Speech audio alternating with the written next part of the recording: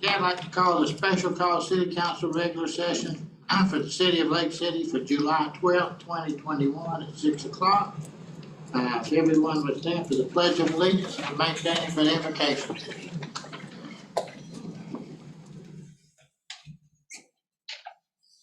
Pledge allegiance to the flag of the United States of America and to the republic for which it stands, one nation, under God, indivisible, with liberty and justice for all. Let us pray. Our Heavenly Father, we thank you for your many blessings. We thank you for what you do for our community and our nation. We ask that you continue to bless this nation and our community and to look after us and what we do is pleasing in your eyes and for the betterment of our community. In your name we pray. Amen. Ms. Cannon, would you call the roll, please? Mr. Green? Here. Mr. Hill? Here. Mr. Jefferson? Here. Mr. Sampson? Here. Mayor Witt? Here. Mr. Pepperline? Here. Ms. Fields? Here. Chief Gilmore? Here. Okay. Ladies and gentlemen, the Lake City Council has opened a public meeting since 1968. The city code has prohibited any person from making personal, impertinent, or slanderous remarks or becoming boisterous while addressing the city council. Yelling or making audible comments from the audience constitutes boisterous conduct. Such conduct will not be tolerated. There's only one approved manner of addressing the city council, and that is to be recognized and speak from the podium. And we ask that anybody that speaks, if they fill out this paper, so we'd have the record of it. There's no proclamations. We have minutes from the special call city council meeting on June 21st, 2021, and the regular session on June 21st, 2021. So move. Second. Motion and second to approve the minutes published. All in favor say aye. Aye. On approval of the agenda, we have to modify our agenda because of the one last week, canceling that meeting. We have to re-advertise the ordinances, so we will remove item 6, which is City Council Ordinance 2021-2190. City Council Ordinance 2021-2191. Item 8, Ordinance 2021-2192, and item 9, 2021-2194. We're keeping City Council Ordinance number 2021-2198 and dropping the number 11, 2021-2199, and then the rest of it. For those amendments, is there a motion to approve the agenda as amended? So move. Second. Motion is second to approve the amended agenda. All in favor, say aye. Aye. No consent agenda. At this time, we will have presentations. We have Ms. Neil Decker for the plant update.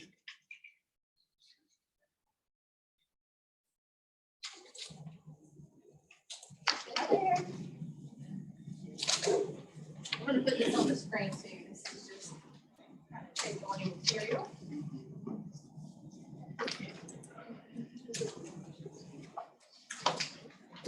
Thank you.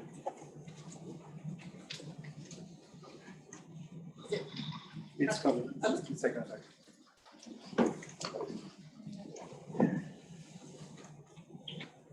Well, first of all, good evening. For those of you that I haven't had the opportunity to meet, my name is Danielle Decker, and I'm the marketing director for IDP Properties, and I also serve as the operations director for the Blant, which is, as you all know, right across the street. And I was asked to come and give a marketing update. So here I am, and I prepared a presentation that I think will give a good overview of all the things that we've been up to since we've been opening. And I'd be glad to answer any questions at the end. So as a general leasing overview, the first thing I'll denote is anything with an asterisk is this designated city reimbursable space. So the apartments, we stay 100% leased. I always say that if we had double the amount, I could lease those too. I think today alone, we had 7 apartment inquiries.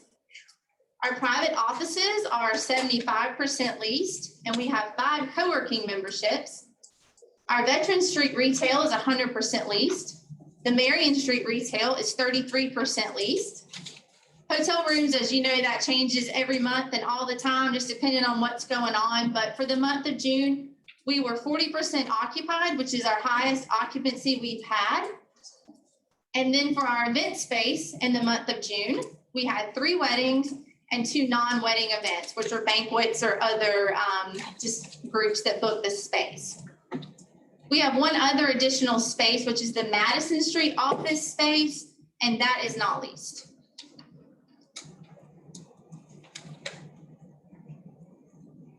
I'm not sure why it's not. There we go. Okay, so this just kind of gives you an overall idea of the amount of inquiries that we have per month. Again, I use the month of June, mainly because I thought I was going to present this a couple of weeks ago, and that was the most updated information. But for the month of June, we had 52 apartment inquiries, 6 retail space inquiries, 84 for our wedding and event space, and 9 for the office space. So how do we generate our leads? Where does all the people that call in, write in, where do they come from? They come from Google AdWords. We do lots of different Google AdWords, office space, hotel rooms, retail space, just kind of depending, and that rotates around too. We are on the Knot and Wedding Wire, Guesty, which is a hotel booking software that has a lot of different outreaches through other hotel platforms. Airbnb, VRBO or Vrbo, our website, which is theblanche.com, Facebook, and Instagram. And of course, like I said, these numbers change every single day on the followers.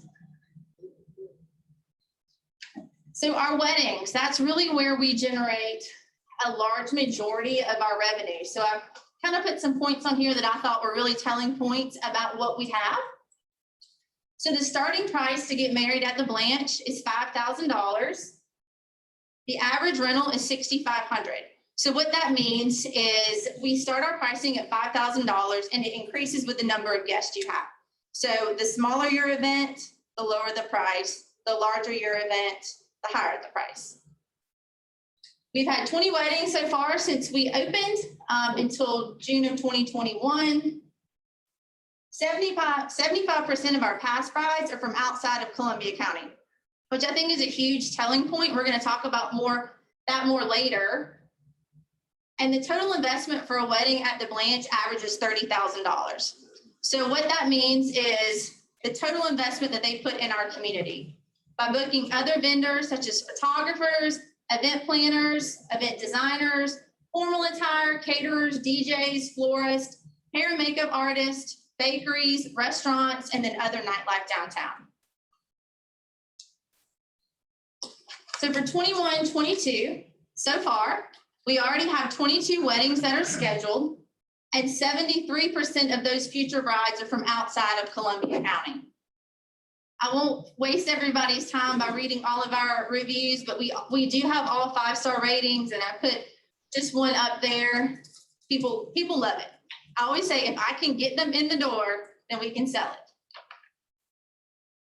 We also do a large number of community events, and that was one of the things that was very important to us when we started. Our goal was to do 1 community event per quarter, and so far we've done a lot more than that. This event right here, this was one of my very favorite ones that we did. This was Girls Summit. This is a program that the Altrusa Club of Lake City puts on.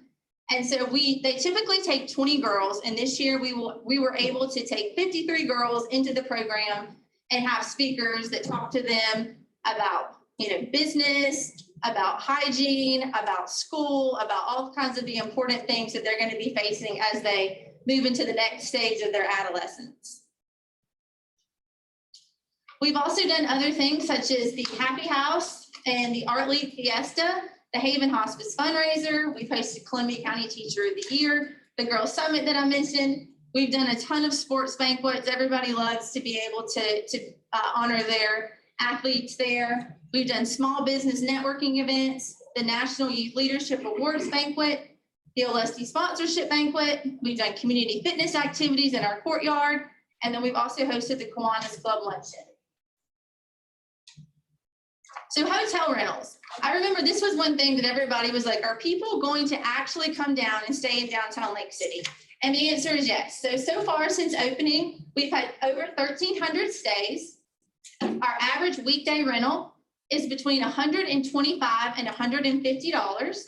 Our weekend rentals are $150 to $165. The majority of our bookings, over 88%, come from theblanche.com, which is our website, or they call us directly. 9% come from Airbnb and 3% come from VRBO. And then this is just some more reviews that people say. I mean, there were tons and tons and tons that I combed through to try to find some of the most ones that I think thought would be of interest to you. The main thing that people say is they love the walkability of downtown. They love having the option of the restaurants and the nightlife that they can walk to. The Blanche is a 4-time Superhost, which is the highest honor that you can receive on Airbnb, and we have a 4.9 star rating. So we had to do another report for a group, and we came up with the average of the number of people who have visited the Blanche since we've opened. Now, we really feel like this number is low, but we were trying to be conservative in the information that we provided. So then now we're going to move on to the retail information. The Veteran Street retail space. We have 6 businesses. 5 of those are new startup businesses to Lake City. They've provided 10 full-time jobs that weren't there prior. The average space on Veteran Street is 500 square feet to 1,000 square feet.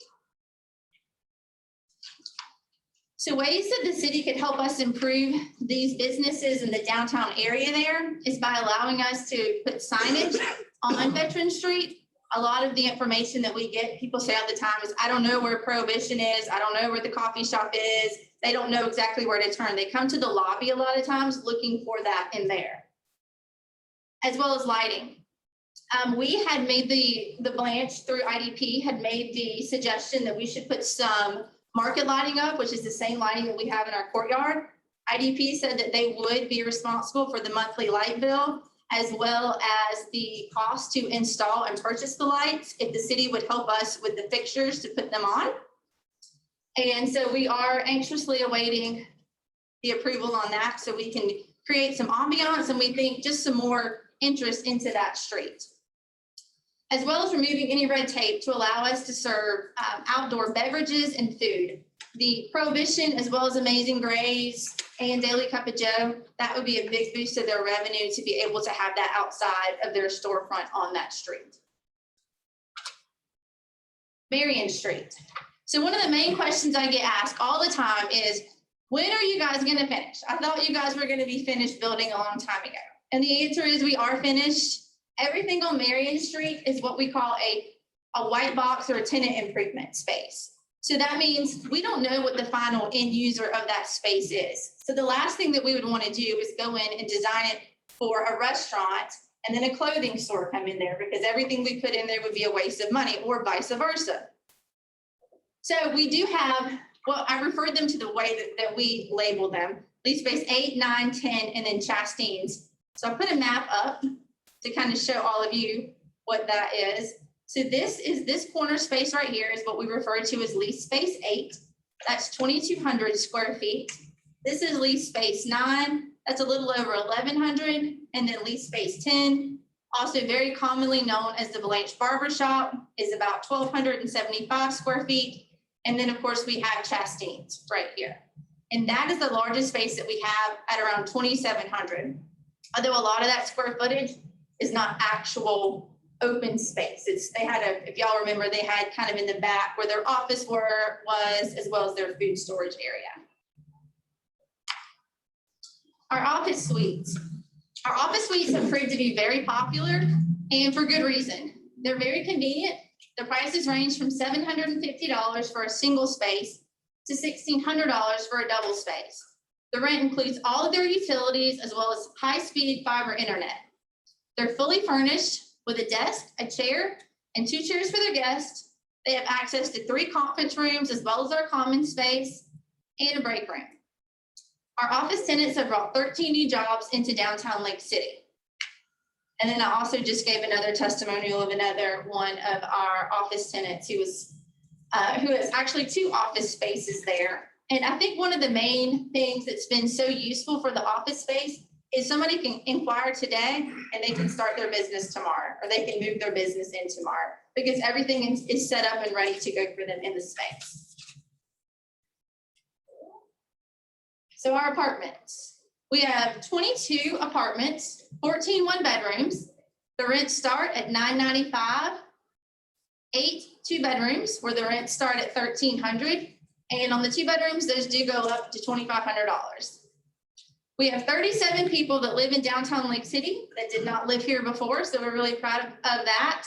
5 of the tenants who work in downtown Lake City, they actually walk from the Blanche to their office, so they either work in, somewhere right around town, Gulf Coast Financial, the courthouse, and then we actually have 6 tenants who work in some capacity at the Blanche. Either they own one of the retail space, or they work in one of the retail spaces, or they work in a subsidiary. So what I think you guys are the most interested in, all the time I hear the city pays the Blanche $40,000 every month. And that's just simply not true. We are on a rent participation / reimbursement program. And these are the numbers for the last 3 months that we have numbers for. So if you remember, for those of you who don't know, we are 2 months behind. So for the month of May, you're looking at March numbers. For the month of June, you're looking at April numbers, and July, you're looking at May numbers. So the numbers, these are the actual numbers that were paid in by the city. And this is kind of hard to see on this here, but this is our growth line. And the bottom line is the Blanche has been and will continue to be a major economic boost to downtown Lake City and Columbia County. We're proud to be here. I myself, am very passionate about the project. I give it all I have. I love it. I love downtown Lake City, and I love Lake City as a whole. And we are just very proud to be here, and I'd be happy to answer any questions that anybody has. Questions by council? I have a question. Sure. Right. So it looks like there's a lot of growth going. I'm glad to see that check getting smaller. I'll be really glad when it's a positive coming the other direction. And I think we can do that. Yep. But one of the questions I had on the slide about the rental inquiries, I see that we're only getting maybe 6 retail, 9 office in the month of June. Mhm. And I was going back to your source, like where you're sourcing the leads from. Yep. Now, is there any opportunity to list on the MLS some of this office space to open it up for brokers to show, or would that be something to expand the vision for the rentals? I'm not really sure about that. We have talked about putting it on LoopNet.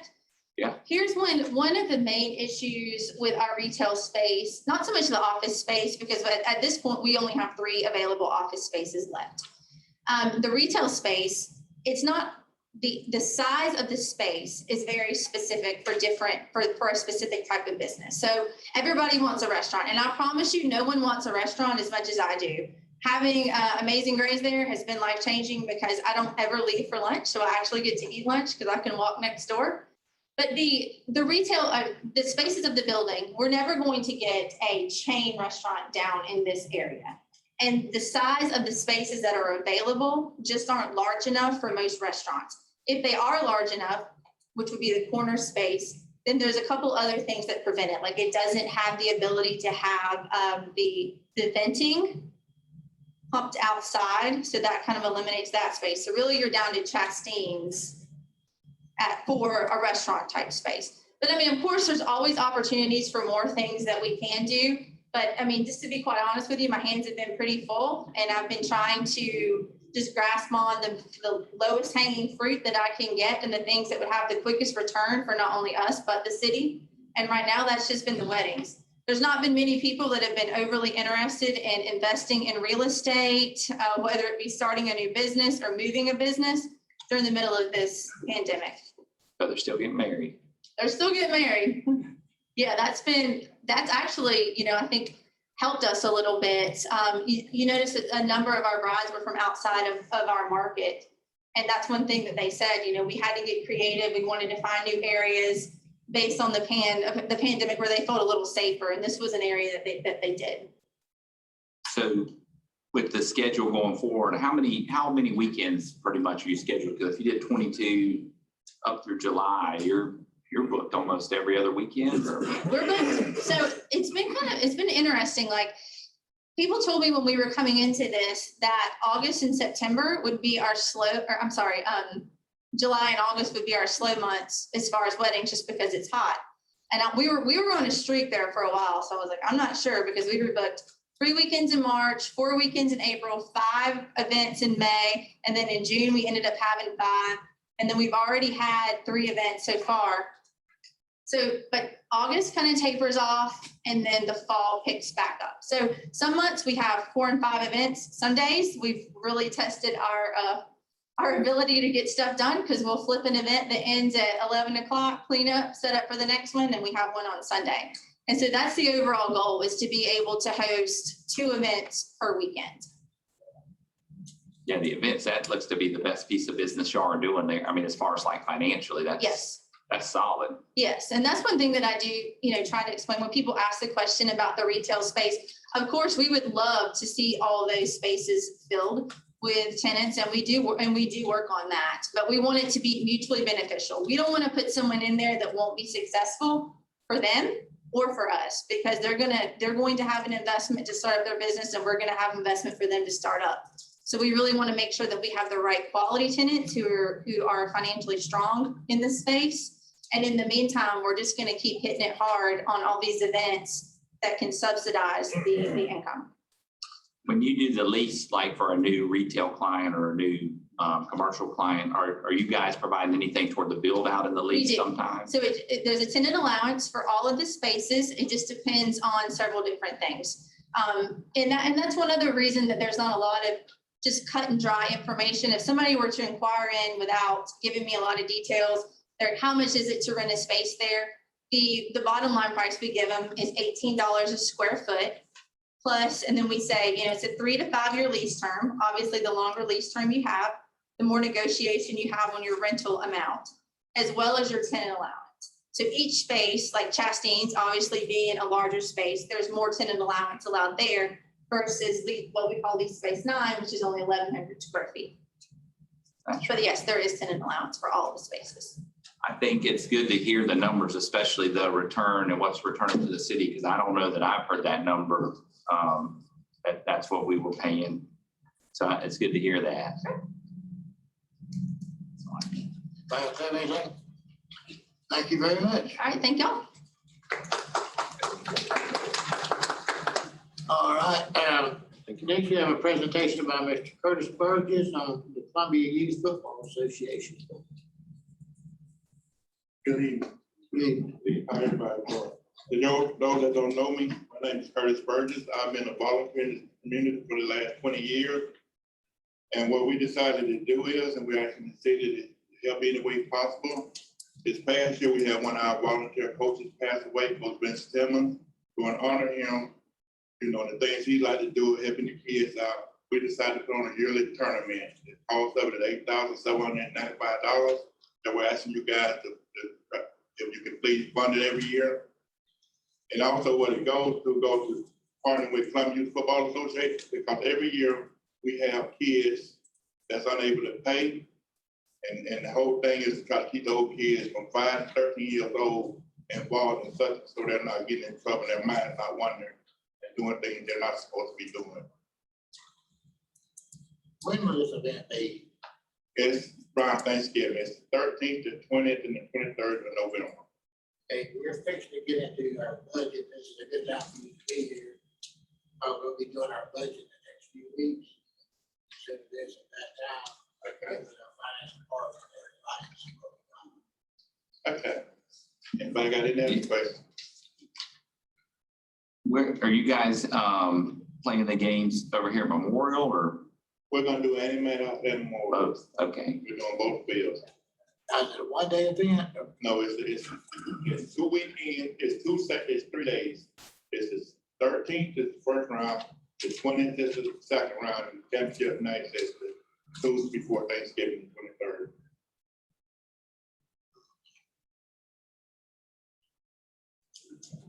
So how many teams you looking at having, Mr. Burgess? We're doing a banner league, which is the 5 through 7-year-old. The junior midget with 8 through 10, and the midget between 11 and 13. We anticipate 18 in each division. And the cause covers the officials, scorekeepers, everybody that's working up in. And it goes back into Columbia Youth Football Association to help the kids that's unable to, unfortunate enough to play. Well, I think it's for a good cause, especially in the honor of Mr. Tillman, because he was big in the youth He football. volunteered 30 years.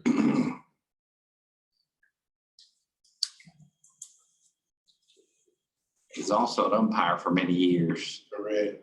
And a state trooper. and a trooper. Yeah, very good man. And a DOT officer. I think now's the right time to look into it to see what we can do. Are you also doing fundraising? It looked like this was a flyer for other fundraising too. We're attempting to. Have you had much success yet or? Not yet, not with COVID and things like that going on right now. Now, besides just fundraising, like, will there be a charge for admission or anything like that? We haven't got that point, but we're pretty sure that there will be a admission fee. Okay. But the 8,000 is pretty much the cost to put it on, regardless of what's To rated. pay everybody that's working. So pretty much anything that we charge at the gate and whatever will go by, that part goes back into the Columbia Youth Football Association. Underprivileged youth.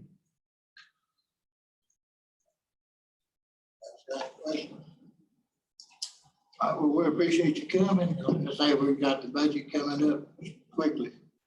Okay, appreciate y'all time. Thank you. Okay, next we have Dr. Christopher Essing on the Bicentennial Founders Day event.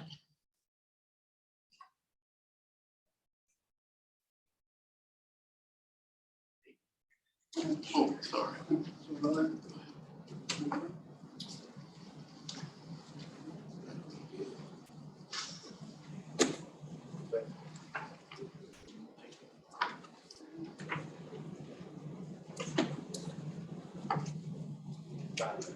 Hi, it's nice to be here today, and I thank you for having me.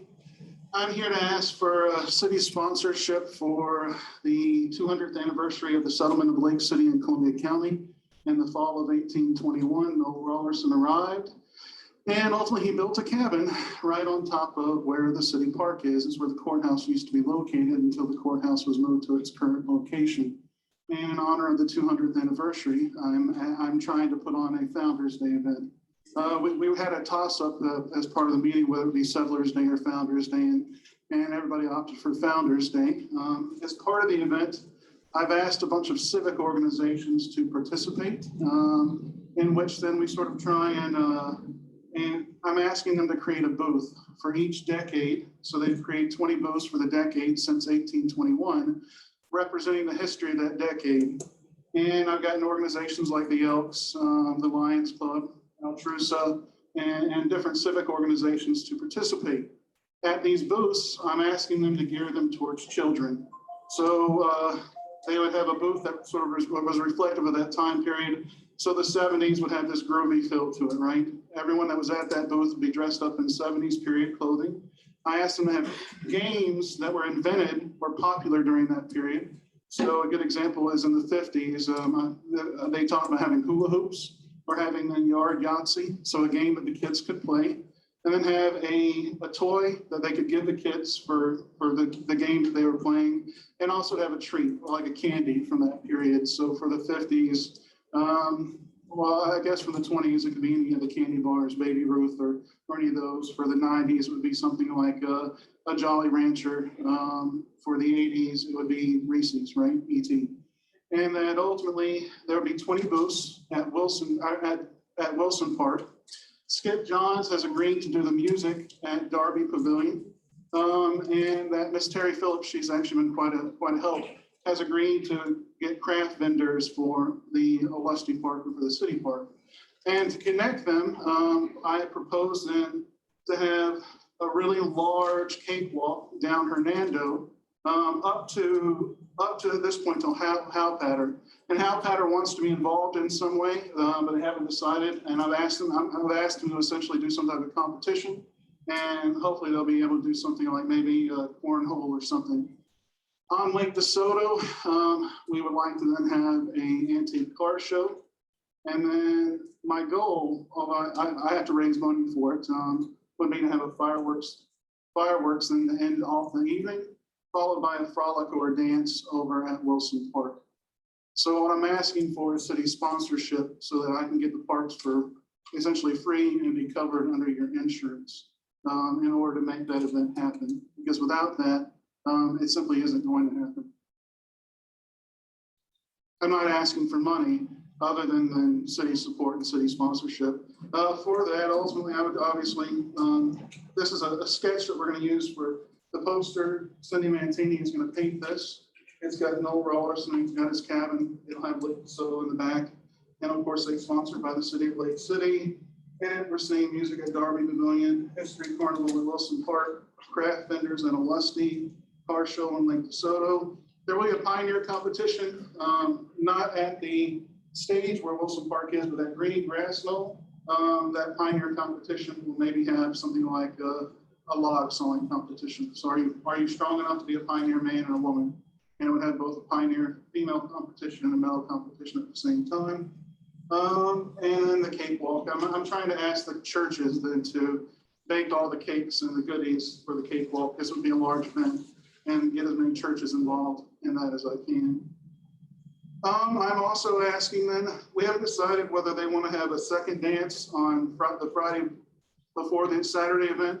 So I might ask for Wilson Park for that Friday. I also might ask for Wilson Park for that Sunday, but I think we might be able to hold. I also do the Pioneer, and part of it's the Pioneer family for this year is the Rollerson family. And one of the ideas was that we would have their reunion at Wilson Park, but we also might have it at Corinth, since the Corinth was built on top of William Rollerson's land. So essentially, by having you sponsor it, it covers me and all the activities under then your insurance program. It also then covers, allows me to use those parks for free. I did the same thing last year when I did the 100th anniversary of women's suffrage, allowed me to then use Wilson Park for free. In each of these cases, I've written stories to go along with it.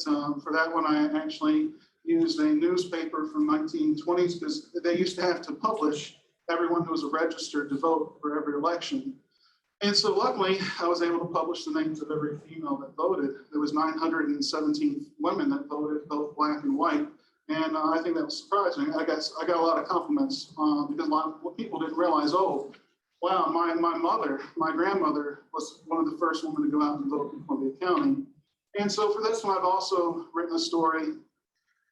Actually, I wrote it in conjunction with Tony Britt a little bit. He helped me out, and I don't know how long it is. He's going to use it in Currents Magazine, but it covers a lot of the description of the early settlement and how that took place.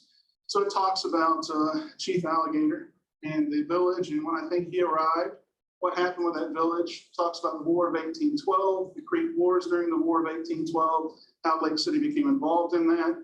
Also talks about Chief John Horse, who was a Black Seminole, and ultimately the implications then of Andrew Jackson's raids during the first Seminole Wars. And then, of course, how that always opens up and paves the way for the American assumption of Florida by 1821, 1822. So it's a big, long article. It gets a little bit more complicated, and that we know a lot of this because there was a legal battle. And that legal battle lasted almost 100 years over what was called the Arredondo Grant. And the Arredondo was a Spanish land grant, and a big part of it were two big parts of it where there was a 20,000 acre grant in Columbia County and another 30,000 acre grant in Columbia County. And they needed to know where Alligator Village was located and the history of how it was and where it was located. And because of that legal battle, everyone's titles in Columbia County were sort of up in the air up until about 1900. So we know a lot of our early history from this legal battle. In terms of the early history about knowing that the fall of 1821, a man named James Osteen, as part of this ongoing legal battle, gave his testimony that there were two individuals in Columbia County before him. One was a man named Henry Edwards, and the other man was a man named Noel Rollerson. Henry Edwards lived up in 5 Points, about 1.5 miles from the center of the park. And then Noel Rollerson's cabin was situated right on the city park. And that at that point, it was a debate which two men came, and no one had figured it out. But I was able to take the census of 1820 and the census of 1830 and look at Henry Edwards' children to figure out when he arrived. And his youngest son he had two children born back to back, one in 1823 and the other in 1824. The one in 1823 was born in Carolina. The other one in 1824 was born here. And there are then documents that place Noel Rollerson here in the fall of 1821. So we know that essentially about the same time as the American handover, that ultimately Noel had his cabin here. So are there any questions? Mr. Mayor, Yes.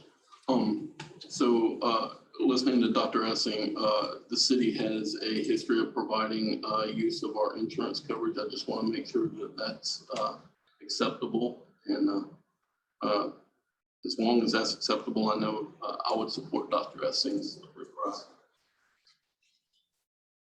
I mean, it worked last time for the women's suffrage event, but I'm assuming that it would still fall under the same. And I appreciate you putting it on, though, the 200 year is a big advance.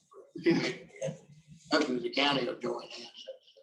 And I would like you all to participate in some way. I've talked to the mayor about offering some type of opening proclamation to sort of signify it as the sort of a culmination of everything we've been through for COVID. And in fact, then essentially say, recognize the losses from COVID and everything that we've been through, and see this really as a turning point for the city and just the turning point for everybody in general. Do we need a motion or something? I don't know if we have to put it on the next agenda to actually take action on it. Mr. O'Brien?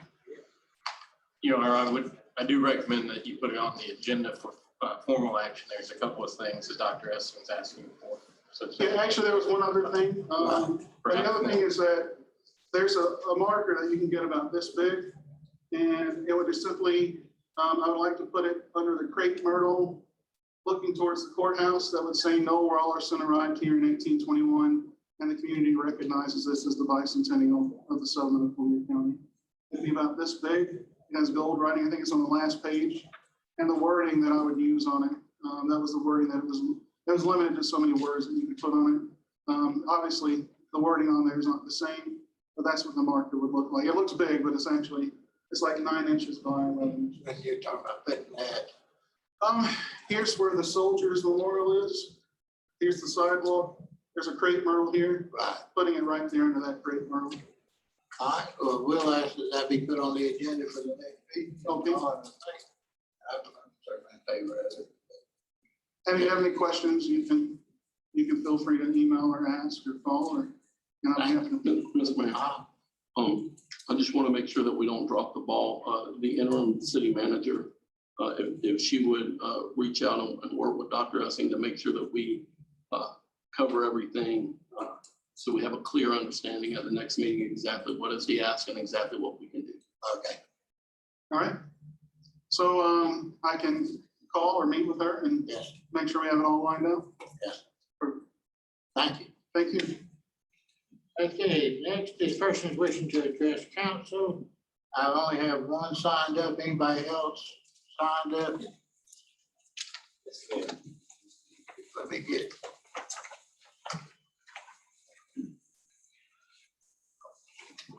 Okay.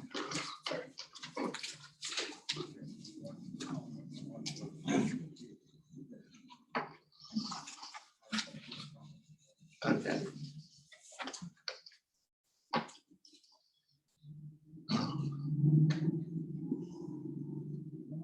I'll go for it.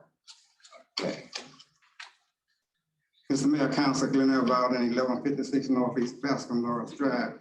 I wanted to address the council during this public comments to call your attention. I think you already know that last month, President Biden signed into the law of June 19th as a public holiday recognizing Juneteenth. I don't know if there's a legislative process, maybe the city attorney can tell us that you need to do to make that, establish that as a paid holiday.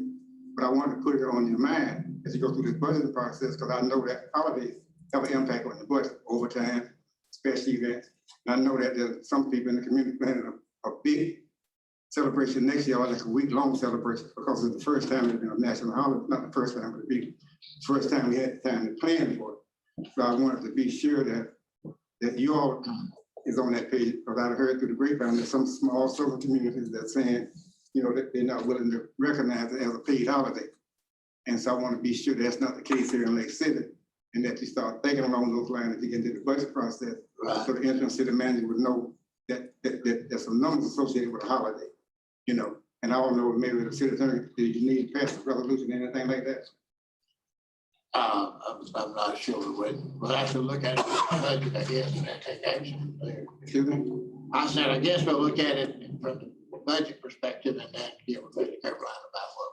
Oh, that's fine. So we don't anticipate no problem with it being a holiday, though, do we? I don't. Okay, good enough. And while Mr. Bowden mentioned that, we are fixing to get into our budget process, and during the year, people bring up things that they want done during the year. And the best time to get it done, as we've mentioned tonight, is to bring it up during the budget process, so we get it in our budget, and then it's there for the year.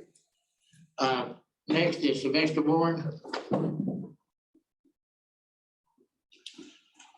Thank you, Mr. Mayor. I want to speak to Sylvester Warren, 832 Northeast Richardson Terrace. I want to speak to item 21. When you get to that point, Mr. Mayor, I think that was something that you have on the agenda. And so depending on what you say at that time will depend on what I say. But if you choose to strike 21 from the agenda, then I feel no need to speak on that issue. But while I'm at the podium, I heard the historian talk about getting the different facilities up under the umbrella, up under the insurance umbrella of the city. Can you give me some background on how is that possible? Because I know when we did the Unity Day for Mr. Hill, we caught the devil from the city, not even wanting us to put the event on. And nonetheless, they were very unwilling to assist us in any way. And I had to raise money to pay for that particular insurance. And so I don't even think you attended that event, Mr. Mayor, but what's going on with the historian that he gets the umbrella, insurance umbrella on these different parks? Well, we hadn't voted on it yet. No. He said he did it one time before. And so somebody voted on it one time before. That was You would have been the mayor at that time, right? Yes, but I don't know if we have a written policy on that or not. I don't know. Well, there's a precedent already set because he went on a record, you disagreed to it. How was that possible for him, but it was not possible for other people, such as a sitting council member on his event? Is this a new precedent we're gonna set? I didn't know about the insurance on that one, I don't believe. You voted on something you didn't know about? I didn't vote yes or no. I'm not talking about Mr. Hill's event. I'm asking you, how did the historian event take place using the city's insurance? I don't know. So you vote on something you didn't know?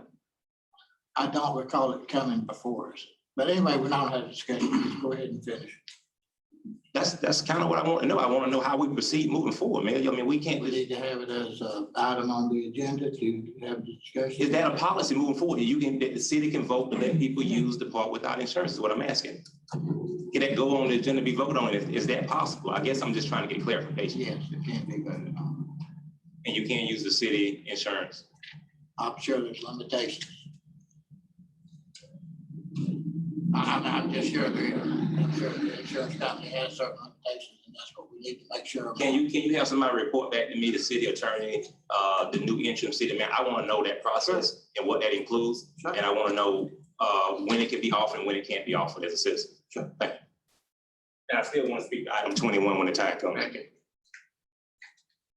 Next is Derek Sneed.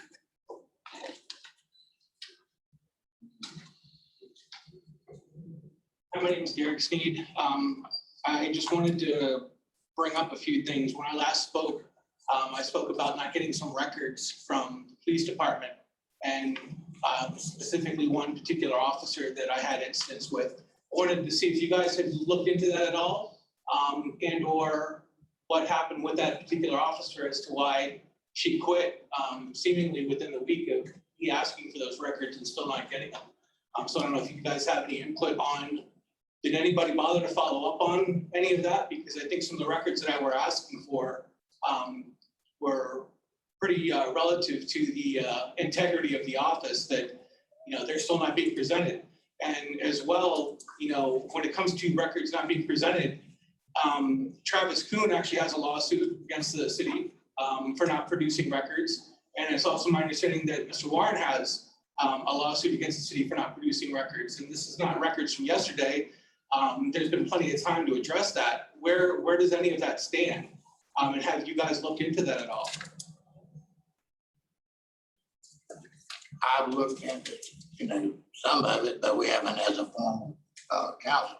Well, what does it take to get that addressed formally? Because you've got 2 lawsuits pending records, and you know my request wasn't met with various records that I requested, but the officer resigned.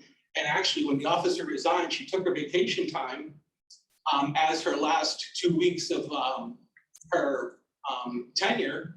And I couldn't get any of the records from the police car, her cell phone, or anything like that, because they let her take it home on the last 2 weeks of her employment after she turned in her resignation. So why would you have let somebody do that if you're not aware of it? How can I get this on the agenda for you guys to look into it further? Because, you know, when I ask for records and I'm not getting them, and then the officer almost abruptly quits, and you've got the other lawsuits going on that I'm aware of, probably more, that would, to me, would seem like a pretty big issue for you guys, because I'm sure everybody else doesn't want to keep paying for these lawsuits just for you guys to produce records. So can I get that on the agenda for the next time for you guys to officially look into that to see what's going on? Because I've made the requests and I've been put off with those requests and they've not been met at all. Okay. That's the field. So would it be possible to reach out to her or her office to address that? Well, I think rather than put it as an item on the agenda, you know, find out why it's not done. Okay. And it might be quicker. All right, great. I got 2 other things real quick. You know, with the city council and, you know, everything that's been going on up here, you know, we've had the IT director, she didn't just quit, she ran away from Lake City. We had, I believe, assistant city manager, I believe he quit. I believe we had somebody that, you know, was fired that had glowing recommendations related to her job, got her job back. And then there's questions about whether or not, you know, she deserves the pay or the position that she has. So one thing I'd like to just say to that, because realistically, seeing this stuff, whether it's on Facebook, in the Observer, or just in the news, it's a joke. I mean, it is awful. For that particular issue, just let that person do their job. That's it. Just let them do their job and quit trying to roadblock that person. And lastly, the thing that I saw today on Facebook, and then I was told that the person's picture that was up there asked to have it removed. This dumbfounds me because I didn't know this until I got here, but I brought the picture because I had an issue with it. That's the picture. And you evidently took it upon yourself to call someone and ask them to take it off their site, as far as I know. But the one thing that I just want to say about this picture, and I didn't really know the history of Lake City a whole lot, but if you're presenting yourself as a Confederate soldier or as Joseph Finnegan, I should say, Wikipedia actually says that he was a politician, an attorney, a lumber mill operator, a slave owner, a railroad builder. You're actually putting your picture out there like that. And if you were in, 10 years, if I don't have it doesn't matter.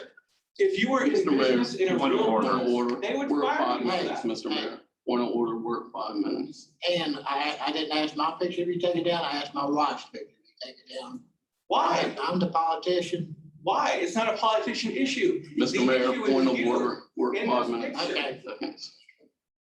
Do you feel that that's appropriate? Because if you were in a corporate world, they would fire you, period. Mr. Point of order. Point of order. Hey, okay. That's all I have for people that have signed up. So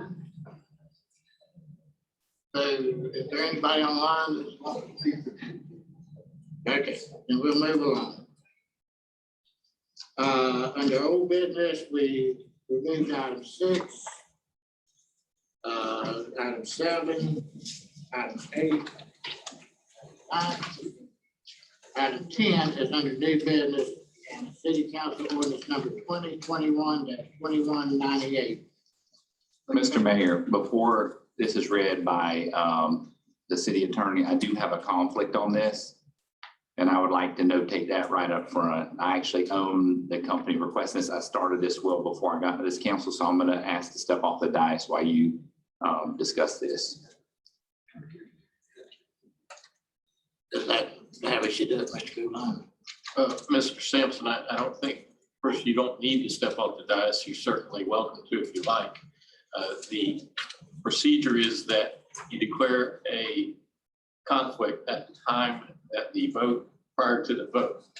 You briefly mentioned what the conflict is, but I believe that you should actually stay at the dais. Again, it's your choice, because if there are any questions that need to be answered, you might be able to provide relevant information to the decision makers. Additionally, you also have to represent the constituents that put you into the office. And they may like for you to answer the questions if, for example, Mr. Jefferson, Mr. Green, or someone else asks a question. Thank you. All right, Mr. Goulart, you read that by title. An ordinance of the city of Lake City, Florida, providing for the permanent closing of all that portion of real property owned by the city and identified in a boundary survey and the official records of Columbia County, Florida. Finding that the vacating of the real property will not adversely affect public health, safety, or welfare. Finding that the vacating of the real property is in the best interest of the city and for the general welfare of its citizens. Providing for the repeal of conflicting ordinances, providing for severability, providing for inclusion into the city code, and providing an effective date period. Is there a motion as the city council ordinance number 2021-2198?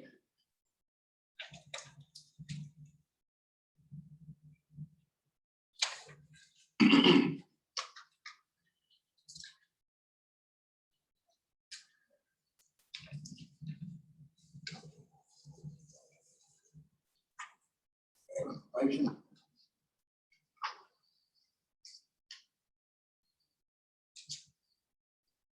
Yeah. I have a motion. Move along. Your Honor, if you Mr. would. Mayor, Yeah. for the sake of discussion, does anybody know how much size of that property and where it is and where it's located at? Mr. Mayor, That's very much. point of order, I think before we have discussion, we need to have a motion and a second. Right. Okay. So there is a motion for discussion. Your Honor, if you would make a request at least twice for a motion before you move on to the next item so that the minutes can reflect that there was or was not a motion. Okay, I'm asking again then. Is there a motion? What number are you on? 10. Thank you very much. All right. Well, that's twice. Move on. Next is resolutions. Our first one is city council resolution number 2021-099. Mr. Ryan, read that by title. We're skipping that one. Oh, 99. Okay. 99.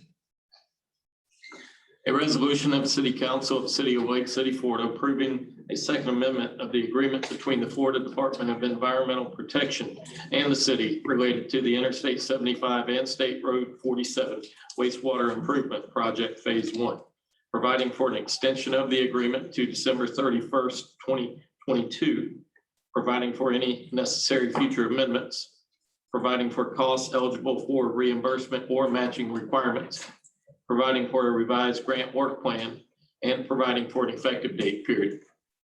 Is there a motion of the City Council Resolution 2021-099? Mr. Mayor, I move for the approval of resolution number 2021-099. Second. A motion and a second, any discussion? Ms. Campbell, would you call the roll? Mr. Jefferson, Yes. Mr. Sampson, Yes. Mr. Hill, Yes. Mr. Green, Yes. Mayor Whit. Yes. Okay, next is item 13, City Council Resolution number 2021-100. Mr. Carroll, would you read that by title? A resolution of the City Council of the City of Lake City, Florida, authorizing the execution of a second amendment to the contract between the city and Joan Edmonds and Associates Incorporated relating to the professional services connected to State Road 47 and Interstate 75 wastewater improvements project, providing for modifications to Task 6, 7, and 8, providing for an increase in the compensation to $19,000.00 to be paid by the city, and providing for an effective date period. Is there a motion of the City Council Resolution 2021-100? Mr. Mayor, I make a motion for approval on City Council Resolution 2021-100. Second. A motion and a second, any discussion on this? Ms. Campbell, would you call the roll? Mr. Sampson, Yes. Mr. Jefferson, Yes. Mr. Hill, Yes. Mr. Green, Yes. Mayor Whit. Yes. Okay, item 14, the City Council Resolution 2021-102. Mr. Carroll, do you read that by title? A resolution of the City Council of the City of Lake City, Florida, authorizing the execution of an amendment to the traffic signal maintenance and compensation agreement with the State of Florida Department of Transportation, previously authorized by City Council Resolution number 2015-30, and providing an effective date period. Is there a motion of the City Council Resolution number 2021-102? Mr. Mayor, I move for the approval of resolution number 2021-102. Second. A motion and a second, any discussion by council?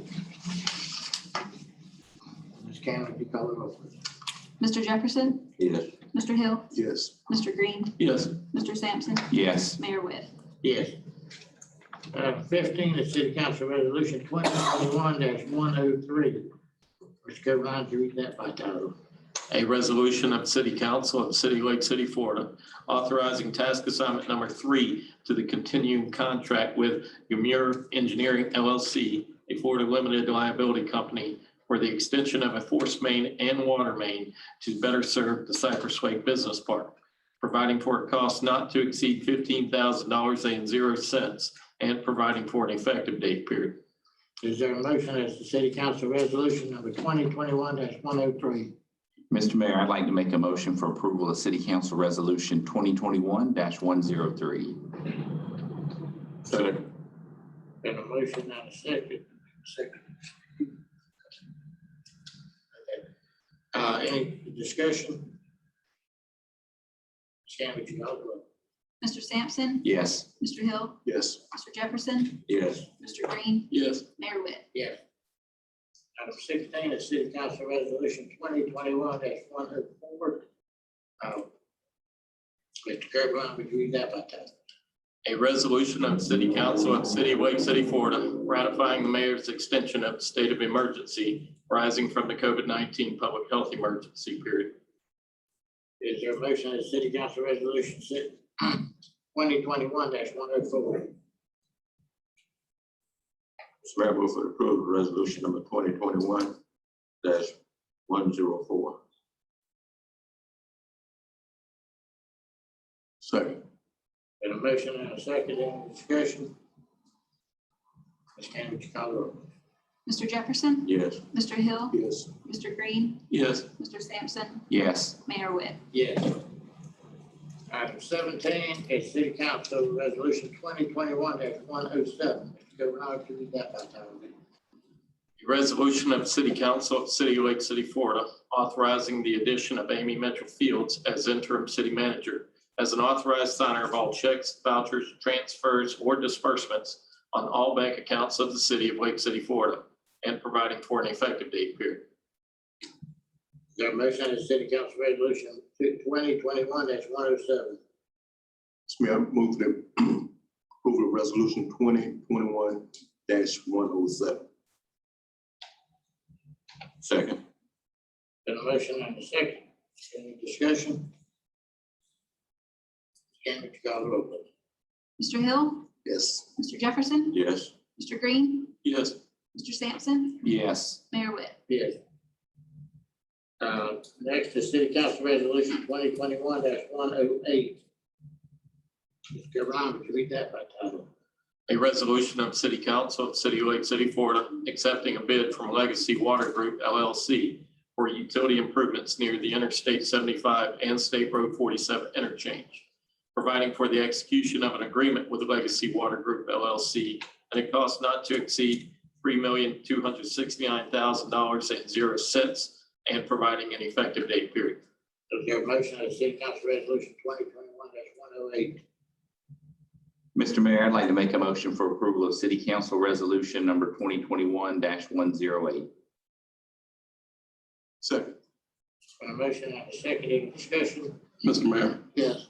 Mr. Mayor, I have some concerns as the resolution is currently listed with the additional information. When I read it, it appeared to me that our grant funds for this was $2,697,456.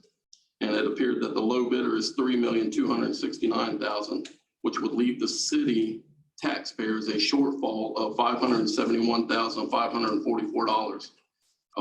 On the supplemental information, it said that there was no financial impact because it's grant funds, but the low bidder exceeds our grant funds. So my question is, where are we going to get the money for the shortfall? I have the same concern. Mr. Dow.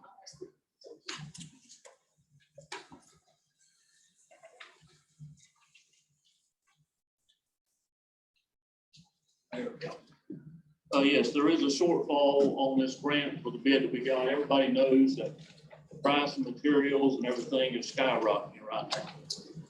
But this item was brought up before the Utility Advisory Committee between the city and the county, and we're looking at some additional grant funding opportunities that are fixing to be applied for. We also had some discussions with the county on basically on some of the CARES money and other stuff that's out there to be able to match what our shortfall is, so there will not be any basically charge to the citizens or taxpayers. Mr. Mayor. Yes. So my concern is right now, we don't have that money identified where it's coming from. I think when that's the same thing to me as writing a check and saying, hey, hold that check, right? And there's probably some state attorneys that would say we shouldn't do that. And we certainly shouldn't do that with taxpayer money. So we need to identify, I think, before we approve this item, where that $571,000 is going to, $544 is going to come from. There's only 12,000 residents in the city of Lake City that potentially are going to foot this bill. And so those 12,000 people, I'll wait. Go ahead. So those 12,000 people potentially are going to be on the hook. So we need to identify where the money is going to come from in our budget if we don't have it identified somewhere else. Now, once we get the money, I'm all about it. I think it's a good project. We need to fund it. But currently my concern is I don't see where the money's coming from, and we can't spend money we don't have.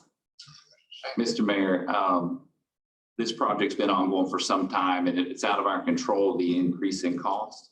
However, the county's willing to work with us, but in addition, we recently received just short of $1 million, $996,000, I believe, from CARES money, which is unallocated in the budget currently. If it would make us feel better, we could allocate that and then try to get paid back. However, once you allocate that and then you go to the county and ask for them to help with the payment, I don't know that that holds as strong a hand. In addition to that, there's another $5.1 million in CARES money that I don't know where we are in the application process because our previous manager didn't do what he was supposed to get the application on time, but that money's sitting there. If you go on the website, you can see it's allocated. We just have to ask for it. It's quite a bit, and I'm hoping that we can, as a board, decide to take that, almost all of those funds, nearly all of them, and put them in infrastructure, because we've got a developer that's relying on this. That's not for the developer, but it's for the 200 or so jobs that are on the other end of this, with an entry level employment amount for non-college grads. I'm talking about the baseline employee between $15 and $17 an hour to start. And when you think of that, that's a huge impact. So if we need to do something as far as, I don't look at it as writing a check for money we don't have, because we have the funds. We could allocate them now, or we could put a contingency on it. I could modify the approval for that. But I think the longer we delay on this, two things. One, these numbers are gonna be no good when soon. Well, that's one of the reasons we were trying to push this ahead, because these numbers are changing daily. And they could already be going up to this point. That's why we were trying to get it ahead. And to Mr. Sampson's point, if we allocate the money for this, I'm not gonna be able to apply for any grant. If you have money allocated to a project, I can't apply for a grant. Now, it could be in some kind of contingency fund or something that's not related to this, cover the cost in case something does happen with the grant. But we're pretty sure, myself and Jones Edmond, with what we have, that we will be able to get the grant. That will cover our shortfall. But we've also, like I said, brought it before the utility committee. The county was fully on board to help us with the shortfall as well. You said somebody online? Yes, sir. Yes, sir. Who was that? Jamie Bell. Okay, Our engineer. yeah, she can speak. Good evening, everyone. How are you, Mr. Mayor, members of the council? I apologize for not being able to be there in person, but we do have some from our firm there if you have additional questions. As Mr. Dial was saying, yes, we do unfortunately have a shortfall with the grant funding that we already have. That was the DEP Springs grant and the legislative appropriation that you received for this project.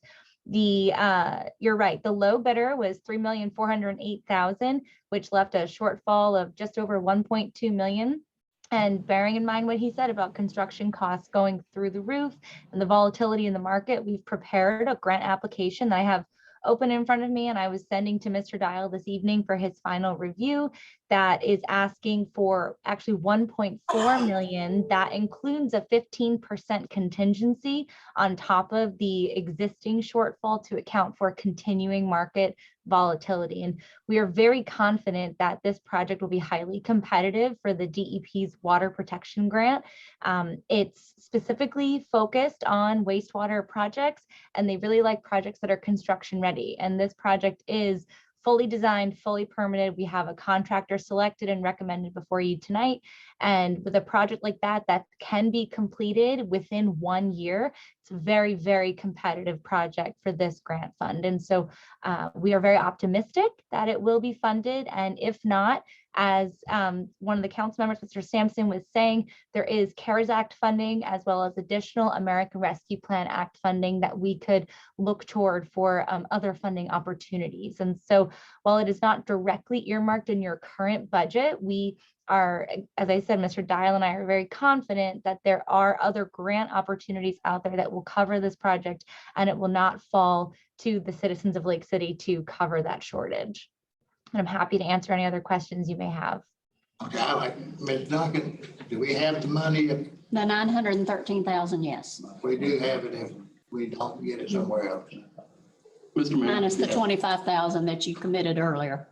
Mr. Mayor, I have a question. So with what we were presented in our package, the low bidder was $3,269,000 in our package, but the number that Ms. Bell gave was a different number. And so I had the shortfall at, $571,544, but she's saying it's 1.4 million. So it's basically doubled our shortfall. And the project is a worthy project. And so I fully want to support the project. But I want to make sure that we have the funding. I understand that the county's committed to us, but they've not written a check. They've not said that they're committed to 1.4 million. And so when Mr. Sampson talks about the CARES money, he referenced 1 point, Mr. Sampson, help me out, 1 point what? Well, 900 and that we got, and then 5.1 is the second one, So which we don't have yet. 900,000, currently we have 900,000, which still puts us short of the 1.4 million. And before we spend the taxpayer money, I want to make sure, before we commit to spending this money, that we know where the money is coming from. I understand it's contingency, and maybe Ms. Duncan can speak to this.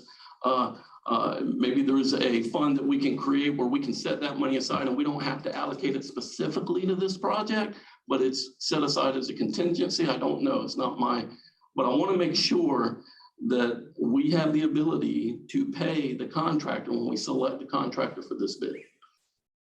We have a contingency in the general fund as well as in the water sewer fund, and I think it's 200,000 in the general fund as well as 200 in the water sewer fund. So we have- Maybe slightly less than that in the general fund, but nevertheless, they have 200 currently in their budget right now. So we have $400,000 total in contingency currently set aside, 400,000. And we have 900,000 in CARES Act funding currently sitting in the bank. 913,000 less the other 25,000 that you committed previously on the project. What was it called? Summer youth program. The summer youth program.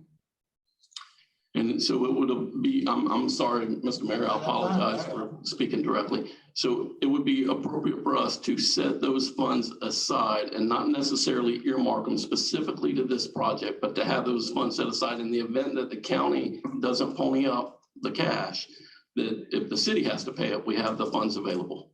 Correct. That would be appropriate. Correct. Okay. And if I could, Mayor, But I think, clarify some of, Ms. Just Bell. a second, Ms. Bell would like to say something. okay.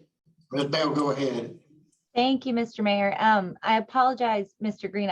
We are reading from the same sheet of music. We're just on different lines. So yes, the low bidder was $3,269,000 for the main portion of the project bid. We also included an additional alternative, the windswept addition, which was an extra length of gravity main to provide additional connectivity to Chesterfield Circle, which is northwest of Arrowhead Terrace, where part of the main project is taking place. And so if you add in that addition, which Mr. Dial and I discussed including in the grant application, because you might as well swing for the fences, right? That total comes to $3,408,000. So you were correct in your original 3.269 million. And then I believe there's a minor discrepancy with the numbers that we're using. The original grant amount that we did have was the just shy of 2.7 million, but after design, permitting, professional services, and some preliminary purchases that were made by the city to help avoid some of those long lead times on pump manufacturing and to save some money, that left just under 2.2 million in the original grant. And so I'm happy to send over my spreadsheet to the city clerk to share with council if it makes things a little bit more clear. In the end, that leaves with the low bidders amount, including the additional alternative, a total amount to be funded of $1,224,840. And so if we take that number and subtract out the alternative and don't do the windswept addition, that's 1.08 million. And so between the 913,000 you're discussing and the additional funds you just mentioned, it would be enough to cover the main portion of the project if the grant funding falls through. So the money is available in your budget currently. But like I said, I know this is a lot of numbers to just like throw out over the phone. And so I'm happy to share my spreadsheet with Ms. Sykes and Mr. Dial, and they could disseminate that to council if it makes things a little bit more clear. Mr. Mayor. Yes. I have a question for Ms. Bell that maybe will help me. Okay. Ms. Bell, worst case scenario, we've swung for the fences, we put in the highest contingency, right? And we've added the addition. At the end of the day, minus the grant money, what is our shortfall? What is your final number? Swinging for the fences, what is the most potential that the city of Lake City could have to pay if everyone else backs out? If everyone else backs out, not including the contingency I put on for market volatility, just the bare bones number today. Add the contingency. I want Add the the worst case contingency, okay. scenario. So including 15% contingency on top of the remaining amount, that's $1,408,566. That is the amount that I am including in the grant application for the Water Protection Fund that I'm sending to Mr. Dial as soon as this meeting is over. Thank you. Ms. Duncan, quick question for you.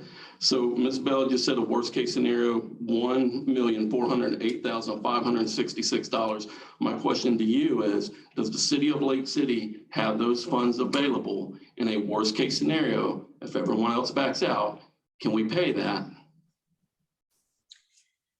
Not in the current year because it's not budgeted, but you would have to set it up for the next year in order to do that. But if you did, you would be taking that out of the fund balance of the water sewer fund. And what is that balance? Do you know off the top of your head? No, I'd have to go back and look at it. It's several million, but I don't remember the number exactly. But currently in this budget, we don't have those funds. Not in the current budget, no. And moving forward, could we project those funds? We talked about setting those funds aside in a separate account. Could we project that into the future budget that we're about to work on? Because I'm sure the project's not going to be complete by then. No, it won't be. No, it won't be. So the best guess scenario is to put the money in there that would be available for whatever portion of it that they're going to complete during the year. So assuming that the whole entire amount is $1.4 million, that would probably be difficult to put into the budget. Not to say it cannot be done, but that's a lot of money coming out of fund balance, but you know, we have to make it balance. I'll open up to the other council. Mr. Dow, do you have another comment? Well, I was just gonna say, yeah, based on the timeline, what we were projecting, and one of the items that you all voted on a while ago, I've already made an amendment to the agreement with FDEP. One is the extended agreement all the way out to December of 22. That gives me an additional 6 months to get this job completed. Also talking to DEP, even if I don't get the grant funding that we're talking about right now, the new cycle starts in a few months. I've already been told I'm going to resupply for that. So I have actually more than one chance to get the grant to be able to cover the shortfall. Actually within this budget year and next.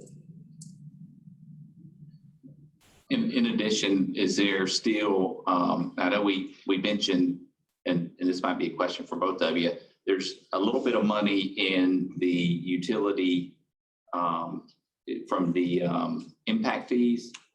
That's unallocated, as I understand, and it needs to be on an infrastructure improvement.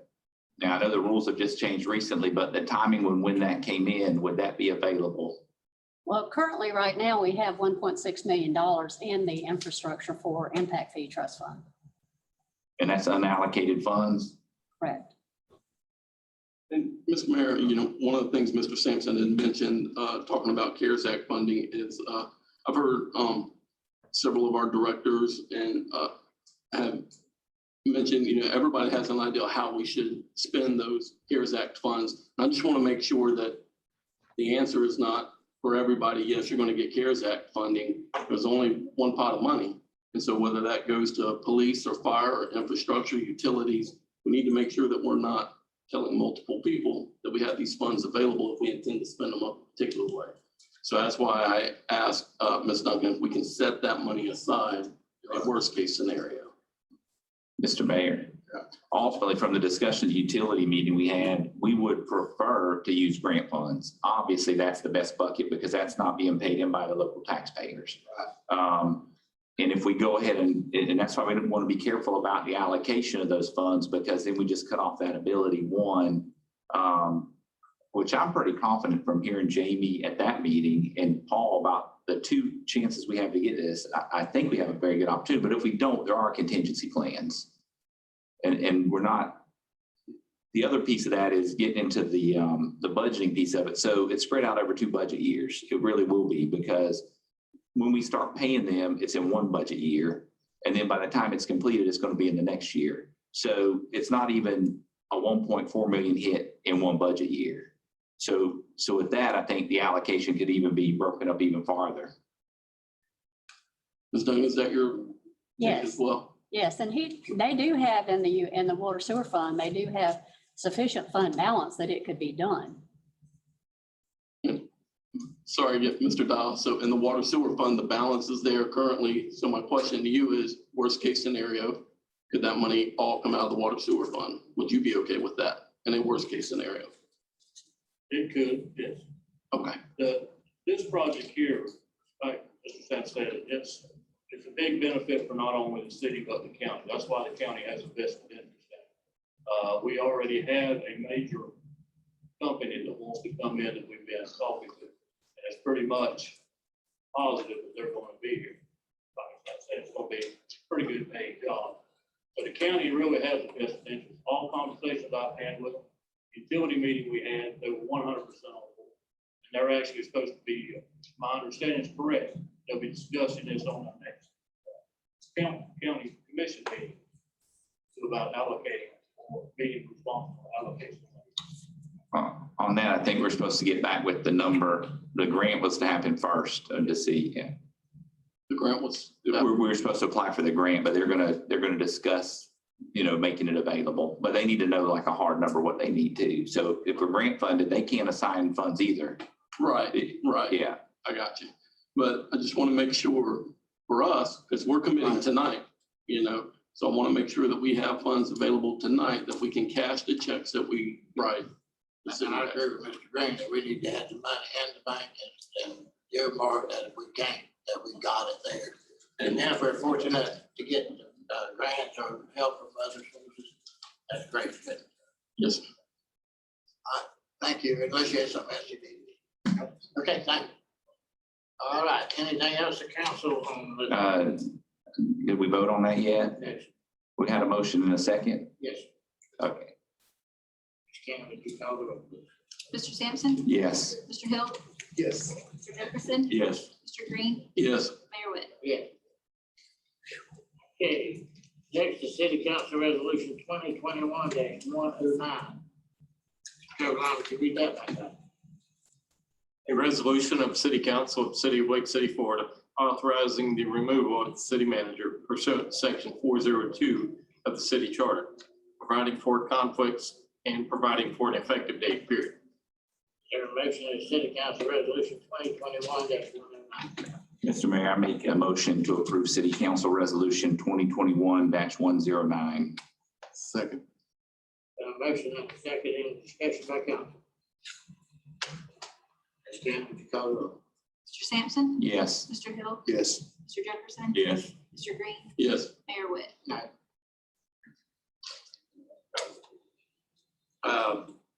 Discussion of possible action, continuation of state of emergency COVID-19, public health emergency. Mr. Caroline, where do we stand with the state, and do we need to continue this, or? I cannot answer the question whether we need to or not. Okay. To the local decision of the elected officials at any given time. COVID increases or COVID rates or positive rates can go up, and you may want to go back into a state of emergency. I can tell you that the statewide state of emergency ended on June 26th of this year. There has been some confusion that I'd like to clarify. The confusion was created by some executive orders of the governor. The governor declared null and void or to cease immediately any local orders that infringe upon personal or commercial rights. And we have not passed any of those types of mandates. Those mandates would be things like masks or curfews, things like that. We have never passed any of those mandates. So I don't want anyone here on the dais or listening tonight to be confused that the council is considering or acting on those types of order. You would simply be stating whether or not there is a need for a local state of emergency, no different than you did, for example, for tropical storm last week. I believe the only thing that's left that is affected by your local state of emergency is that the city manager has the ability to go around the local procurement code. I don't recall any instances of that occurring, but that still would be an option. And you've also had a state of emergency that would allow for the participation remotely from the public. So I think that one of the overriding reasons that the council has continued the state of emergency for the past few months is for just in case there was a requirement that you be under a local state of emergency for any type of grant funding options. So I give you all that as an overview, also a little bit of clarification, but again, I cannot decide whether or not you need one. Right. Mr. Mayor, Yes. it appears to me that by and large, I think probably for most folks, life is pretty much back to normal in the city of Lake City. And if there's no funding opportunities attached to the state of emergency, we don't want to be in a state of emergency forever. And if we've already terminated in practice, I think it would be prudent for us to terminate officially our state of emergency. That would just be my take. And the fact the state's done that. State's already done it. Yeah, I agree. Now, I gave you a request. I gave it on that card I gave, I want to speak to it out. You see? Oh, yes, okay, I'm sorry. Yes, Mr. Biden, do you want to speak? Yes. I don't understand what the state of emergency is, but I do want to point this out. I don't know if y'all been paying attention to the news, but I have. That's all I do now is watch the news, all the networks and all the cable except for Fox, and I don't watch Fox. I make no apologies for that.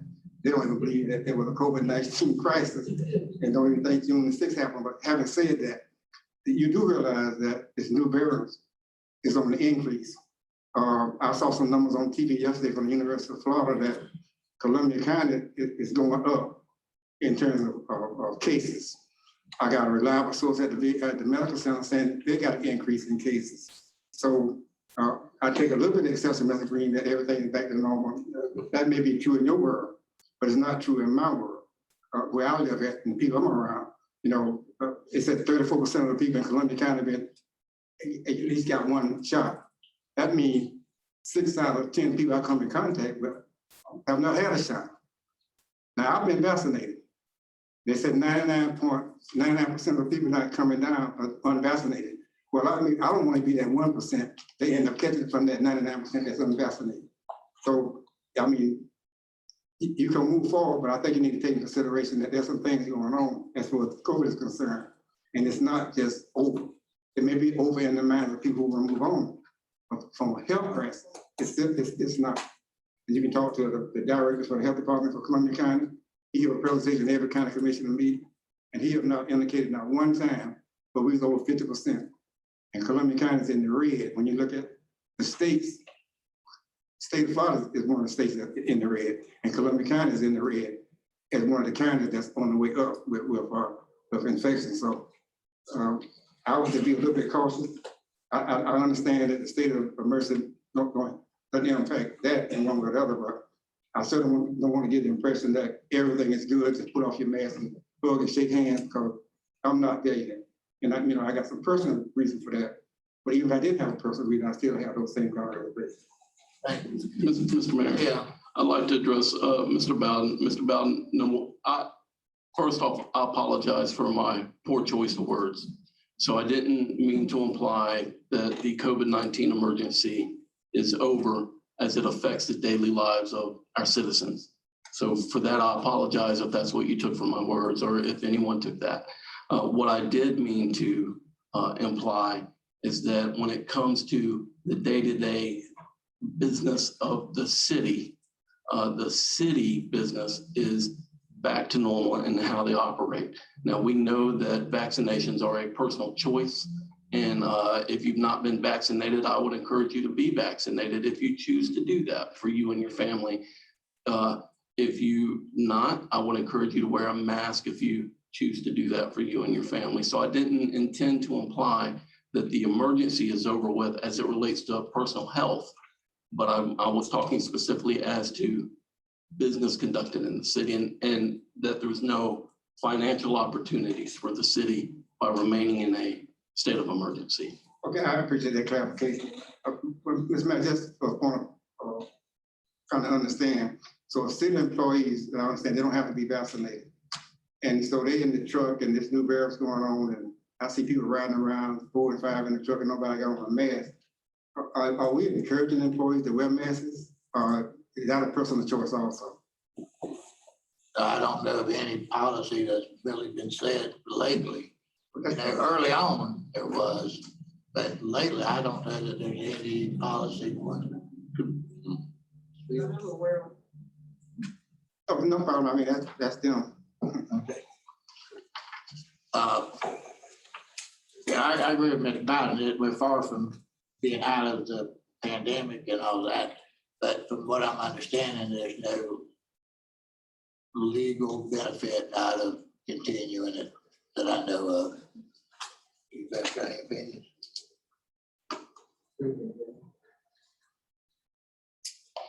Mr. Mayor? Yes. So for the, it says on the item, discussion on possible action. So am I to understand from our conversation tonight, then moving forward after the last resolution that we did for the emergency concerning the COVID crisis, are we, as the council, intending to no longer use that going forward unless there's a reason, a new reason going forward?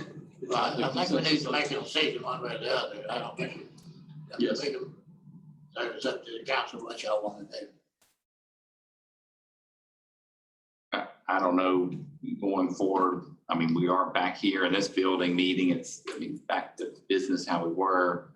I don't think anything will ever be like it was before. Whoever would have thought that you'd be in this country wearing a mask. I mean, we always saw that on TV. So I think that's going to be with us for a while. But as far as the ramifications for the city, I don't know that there's any benefit. People, we should still leave the sign posted, you know, we encourage people to wear the mask when they come in. And, but as far as like for what the benefit of that, you know, that specific purpose is, I don't know there's any benefit to it. Okay, is there a motion? Because we can still encourage Well, vaccinations and all that. We just don't have to keep. I would think we just wouldn't bring it forward at the next meeting because we've already made a resolution. Yeah. I don't know that we need I just think we just wouldn't bring it forward at the next meeting, right? That would be my understanding as well, Mr. Coberline. I agree with that statement. Out of 21 process for RFP on city manager, at the last meeting, it was brought up that we would appoint Ms. Fields and move forward with the search. And that's what our minutes reflect. And that's what the public's individually requested of me this week. It's gonna take several months at best to do that process. So my recommendation is we do what we've always done in these situations and encourage anybody to apply. Now, okay, Warren. Hey man, we've been having jog your memory all day. People wanting to speak and signed up to speak. But anyway, I appreciate you coming around and recognizing I want to speak to item 21. Mr. Mayor, I think that, let me back up for a second. I don't remember a time when we were in a hurry to hire Scott Reynolds. When we found out later that he didn't have any. I wasn't in favor of that. I wasn't in favor of keeping Scott Reynolds. You weren't on the board when we voted to hire him? I did. Okay. That was not my first choice. Right, but nonetheless, you voted to hire him. But my point is that I think we are in a very difficult point with the budget. That means way more to myself and all taxpayers in this town. We are dealing with the morale of employees at this city.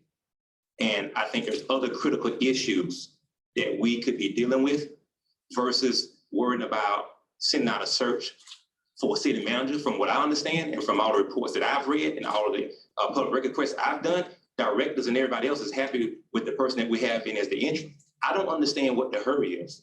If we got somebody in place to get us through the budget cycle, I think it lacks wisdom on your end to even bring this up as an agenda item when we can move forward and deal with this about 6 months down the road, maybe the first of the year. I think what would be prudent of you, Mr. Mayor, is to say, hey, let's let her get here an internship for about 6 months. Let's get through the budget. Let's get through the morale issues, and let's visit this the first of the year. Thank you. Mr. Bowden, I think you want to speak. Where the representative government. I have sent each one of the email basically outlining my concerns. I'm not sure y'all read emails or not, but for those that do, I think we can get this thing. But anyway, I share Mr. Warren's concern. As you know, I was short-term city councilman for 16 years, but I had the opportunity to go through 3 searches for city manager. So I know that's kind of time consuming and distracting. I never had to do it during the budget process. So it's my opinion that if there's any way possible not to start the search during this process, during this interim process, and so that the interim city manager can focus on the budget, the directors can focus on their job and putting the budget together, and don't have this concern that back and forth about who applied, who didn't apply. Get past this, then start that process, unless there's some reason. And if the ship is sinking now, either further the world before she got hired, and I don't see no reason for us to make that move this quick. And my concern is strictly on where we are in this process. You know, you got a person in place, starting the budget process, and start this search and range routers and all of that. I think it's going to add to more confusion and matter of fact, may have an adverse effect on morale. So my recommendation was, for whatever the worst, was that you kind of hold off for a period of time until you get through this process and then go out for the search. I'm totally in agreement with doing a search, you know, but I don't see where it's necessary to do it at this point in time. Thank you. All right, Councilor. In 2008, I was elected to this dais. When I was elected, Scott Reynolds was the city manager. Now, in the little time that I was here with Scott Reynolds, I found out that Scott Reynolds didn't have the education that he lied about on his application. There was no hurry about getting rid of Scott. I took it upon myself to find out this information. Now, saying that, Mr. Mayor, Mr. Jefferson was also on this dais. There was no rush about replacing Scott. Now, Ms. Fields, she has triple the education that Scott Reynolds had. But now we want to rush to get rid of her. There is something wrong with that picture. Scott Reynolds didn't have any experience. Ms. Duncan, she wasn't a finance director. This lady by the name of Tweety Tower was the finance director. She was running the show. But there was no talk about getting rid of Scott Reynolds with no experience, just did have a GED. But now, like I said, Ms. Fields, she has a bachelor's degree, a master's degree, and she's working on a doctorate degree, but we want to search for a city manager. There's something wrong with that. That's all I have to say.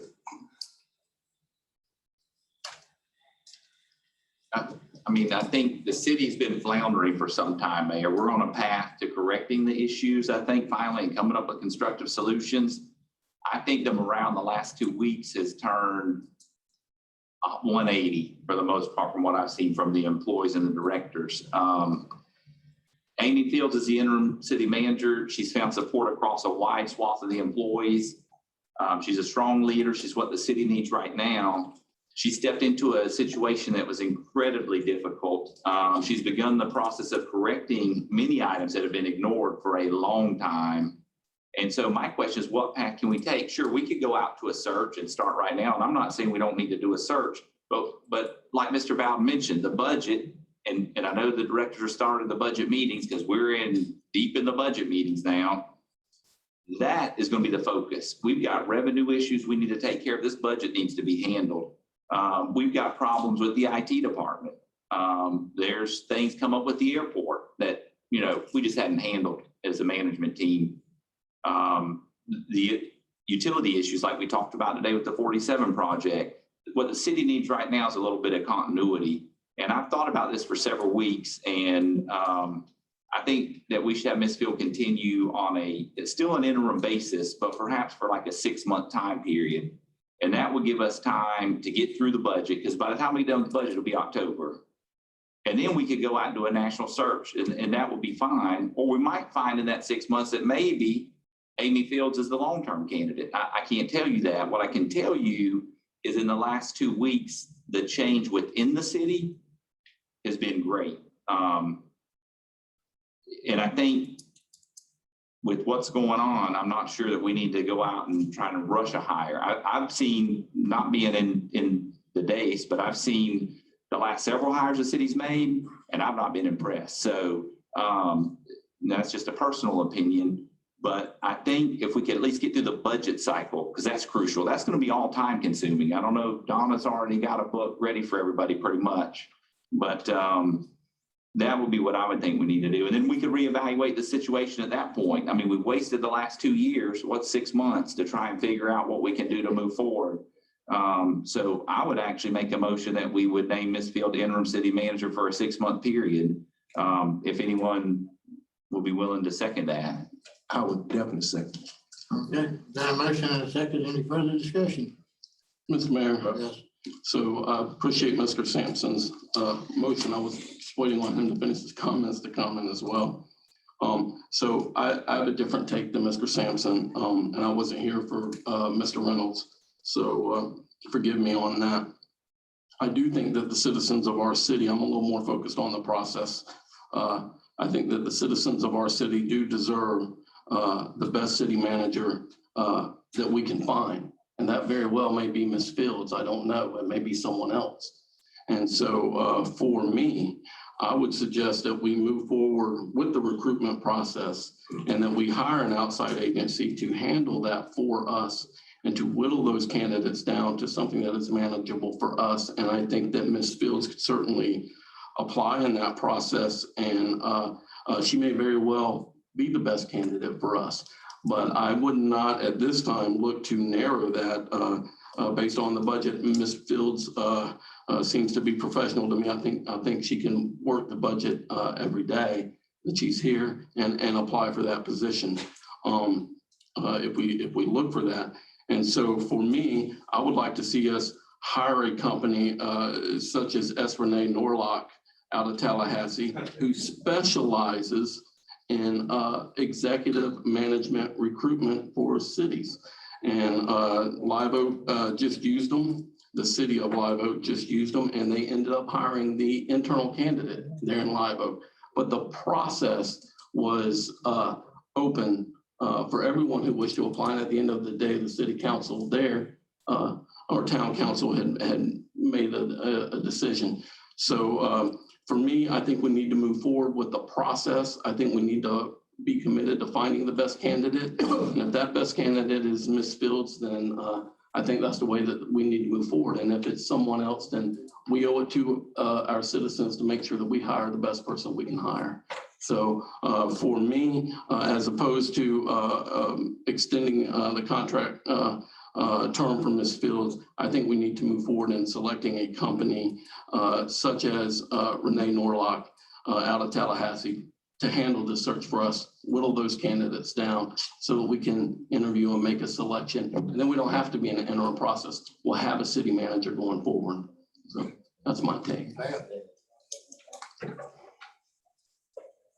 Well, Mr. Mayor, I think Ms. Fields, as Mr. Sampson said, came in a very difficult moment to fulfill this position. And I think Ms. Fields is trying. She's trying with the best she can, and she has some supportive staff trying to support her. But not to take anything away from Ms. Fields. As I said, I think she's trying and she's been doing a swell job. But the fact is, as we all know, we are without a city manager. In addition, we're without an assistant city manager. We're without a IT director. We are without a HR director. And these are key positions to the smooth operation and movement of our city. And I feel, and this is my personal feelings, I feel that we are vulnerable to a certain extent at this moment. And I just feel that we need a permanent city manager. We need an experienced city manager, and we need a full-time city manager who can take charge of the administration of our city and move the city in a directions or in a positive direction. So I will support, us moving forward with a search for a full-time a city manager. And I feel that we need to do that as expeditiously as we can. And I'm not taking anything away from Ms. Fields. Ms. Fields, she qualifies. And I'm not making comments to push Ms. Fields out of her position either, because she is selected as the interim city manager, and she's there until such time that a permanent city manager is named. And Ms. Fields, it may be her as others has mentioned. I don't know who it's going to be, but it was open. Y'all need to just let her do her job Mr. Mayor. and let this go. Yeah, he's with the office. So that is my take on it. Mr. Mayor, I'm hearing racial comments from the audience that we need to make sure we have order. No more comment from the audience? I have a question on is that acceptable now? Sure. So you mentioned the Warlock company. Do you know what the cost for that is? So I do not know the cost. I've not reached out to them. The reason that I referenced that company is because I know that the city of Live Oak just used that company, and they have a website, and they list many other organizations that have used them, other cities and counties throughout the state of Florida and beyond. So this is not something that I'm intimately familiar with, but what I do know is it would be unfair of Ms. Fields to ask her to run the search, knowing or assuming that she would be one of the candidates who would apply. And so I think that we do need to hire someone. And so that's a firm that I'm familiar with that has done that before. And so that way the process at least is manageable. And then, like I said, I think at that point we move forward. Ms. Fields can certainly apply and may very well be the best candidate. I don't have any idea. It'll take several months. Can I speak, Mr. Mayor? I thank everyone for the comments that they have made, but I think I need to speak for myself. Sure. I think tomorrow will be 3 weeks exactly that I've been interim. And during this time, I faced a lot of challenges, a lot of difficulties. But one thing I can tell you is this: I have tried my absolute best, and I think I deserve an opportunity to succeed.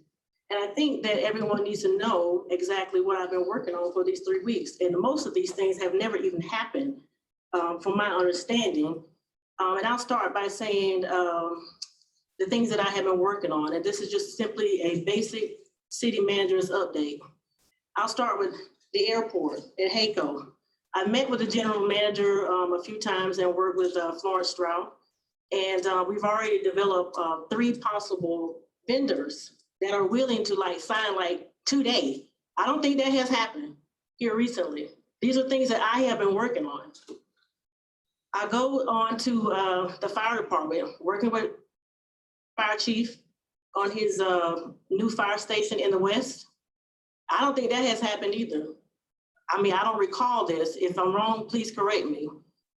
Another thing that I've been working on is with David Young, Growth Management, relocating us and the new city hall. Now, what I have done to help out as far as helping to provide monies for the second fire station, we may not be able to do the things that we actually planned to do the first time with the city hall, because that was way too expensive. We couldn't do both. So what I have developed, along with the help of David Young, we're going to reorganize in such a way that the old building, the old Columbia, is it Columbia County, David? Bank? Yes. We're going to renovate that and make that an edifice for City Hall. And also the second bank. It's in pretty good shape and everything, but we're doing also minor renovations for that. Going on to the actual vacancies of assistant city manager, HR director, and IT director. We've already advertised for those positions, and on this Friday, I'm interviewing for IT director. It's not like I haven't forgot this, but remember, I came into a mess. So I had to organize a whole lot of things before I can get to the main situation here. Then I go on down to utilities and Paul Dow and his crew working on Highway 47 and Bell Road, because these are things that had not been done. And so hopefully here soon, those things will go underway, along with a few more plans that we have with the county, trying to partner with the county. Again, I certainly would like the opportunity to succeed, but I tell you what I haven't seen. I haven't seen a whole bunch of investing into our employees. That's what my primary focus is. And I want to propose, hopefully, if the budget permits, a 6% increase for all city employees. I think that's one of our greatest assets. Now, we put money over here, we put money over there, we put money everywhere, but we're not putting money in the house. We're not putting money in our employees. And that's the one thing that I do want to make sure that happens. So just so you know, these are the things that I've been working on for 3 weeks. Mr. Mayor. Yeah. Mr. Mayor, I appreciate the update from the interim city manager, and I would expect nothing less, and kudos to her for doing that. What I'm concerned about is not the individual who's selected. We're not selecting an individual tonight. I'm concerned about the process that moves forward. And she may very well be the candidate selected. I don't know.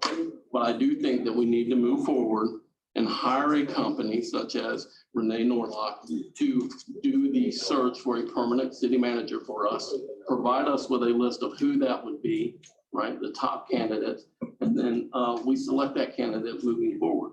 So while I appreciate the updates from Ms. Fields, and I certainly appreciate the job that she has done to this point, and I would hope that she would continue to do that and would continue to apply. But this is about the process of how our city selects a city manager and whether or not we do that in a professional way. And so that's why I am advocating for hiring a company such as Renee Norlock out of Tallahassee to conduct the recruitment and search for us. Are there any, again, but we don't have any cost idea for what that will be? Absolutely not. I think we could research and get those costs. I think it's all part of the process. So we're just discussing the possibility of the process, then perhaps we should table this item till the next meeting. I mean, because we don't have anything to act on at that point, if we're just talking. So that's a great question. So how do we move forward in selecting a company that would handle that process for us? Do you know what I mean? So they're a company who has done that. I know Live Oak is not a local community for us, but it is a close community. They've done cities all over. But I think we got to decide tonight, do we want to look into it? If we're not looking into it, then we want to do it.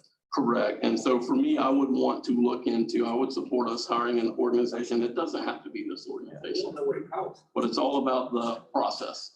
All right. Then we just talk about right checks. He just said right checks. All right. Mayor, Any other, yes, Mr. Green contacted me late last week and asked me about the process that the city of Live Oak used last year. I can tell you that I mentioned the Norlock and Associates firm, and that there are several types of headhunter firms in the Tallahassee area. And I believe that Ms. Norlock's firm was provided by the Florida League of Cities. However, I was not intimately involved in selecting that firm. I know that the price was under $20,000. I also explained to Mr. Green that there are probably many different types of entities, for example, in South Florida, where there are many different local governments. So I don't want it to, Mr. Green has looked into Norlock, but I don't want it to appear tonight or in the future that at any time the city attorney was vouching for one entity over another.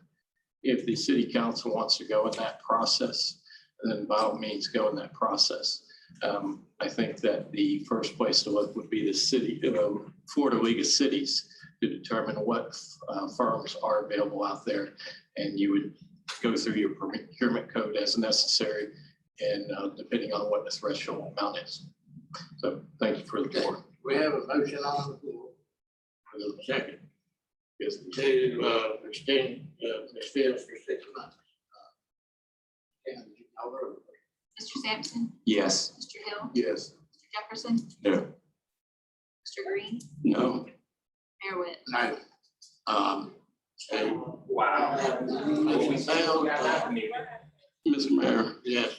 I would make a motion to ask the city attorney to bring back 3 quotes for organizations from the Florida League of Cities that does the executive recruitment process and provide us with 3 quotes so that we could select one of those companies. There's been a motion, is there a second? A second. Been a motion and a second, discussion of council. Mayor, I think got a comment on it. Point of order that we have a motion and a second for discussion, but I have a real question because nowhere is that listed as a possible action.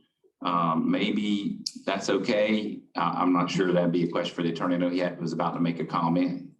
I think an extension of 6 months would be not in. Well, I know, do you have a comment, Fred?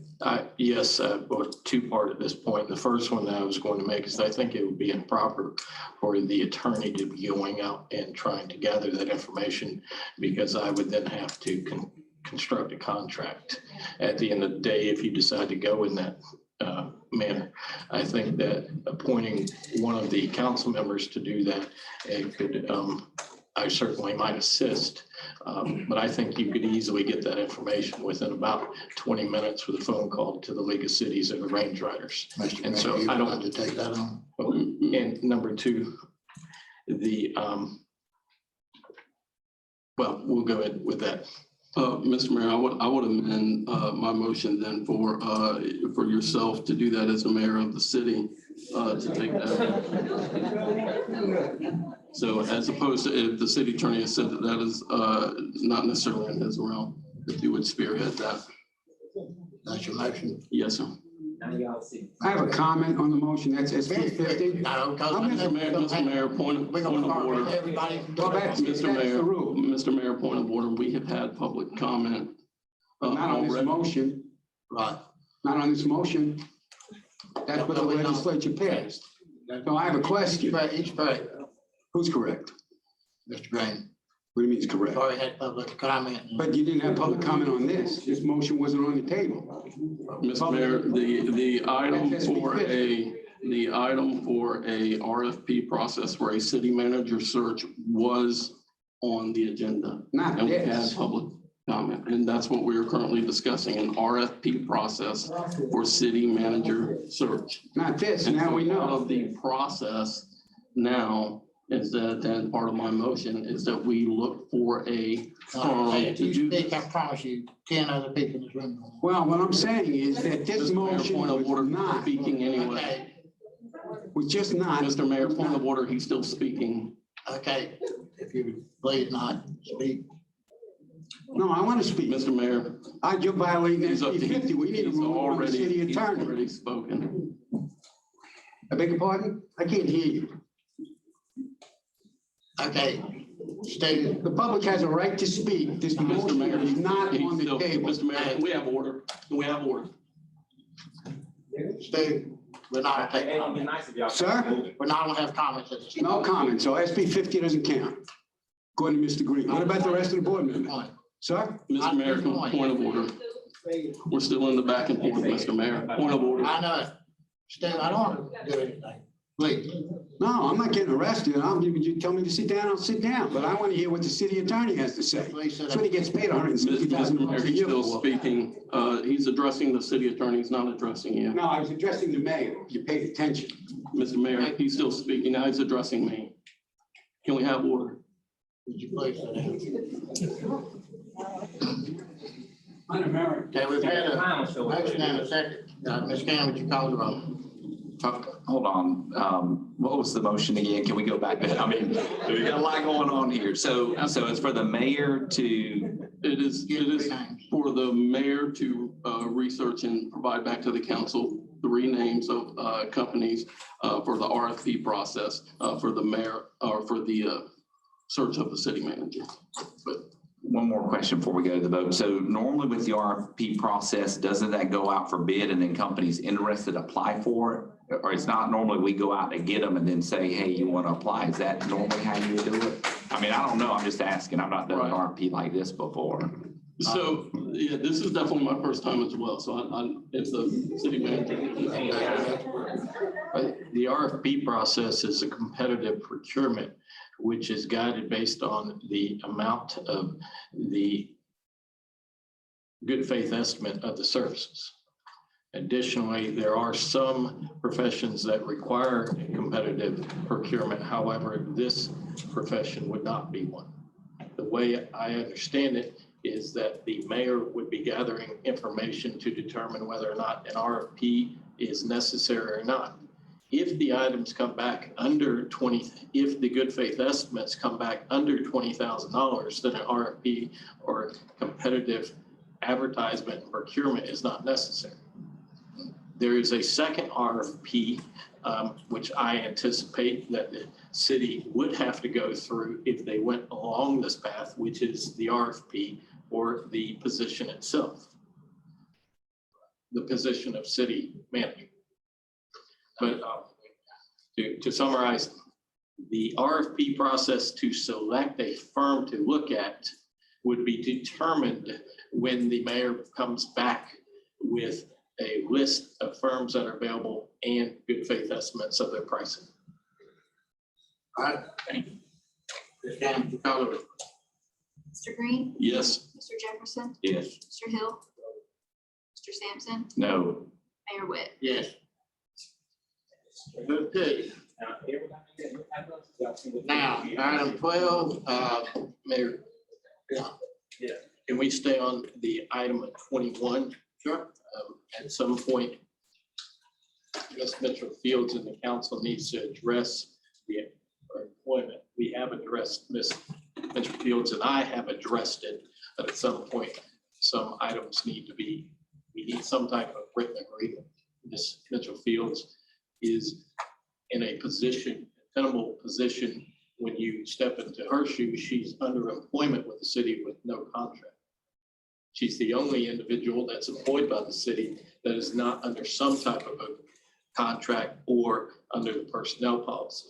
And the items that need to be addressed cannot be addressed by she and I. They have to be addressed by the council, and they're relatively simple. They're outside employment. She is she's not employed, but she does have interest in 2 third-party companies. Correct me if I'm wrong, Ms. Mitchell Fields, but I don't believe they have any contractual agreement or employment relationship with the city. Residency, which I would think is pretty simply solved, and then the term of the agreement, which can be indefinite, or as we heard, 6 months, it could be a finite number of days, or it could be indefinite. But we cannot get an agreement back to the dais without some discussion. You all can have that this evening while the subject is before you, or you can have it at the next meeting or a meeting thereafter. But we do have a relationship here, the city and Ms. Mitchell Fields, without a written agreement. Mr. Mayor? Yes.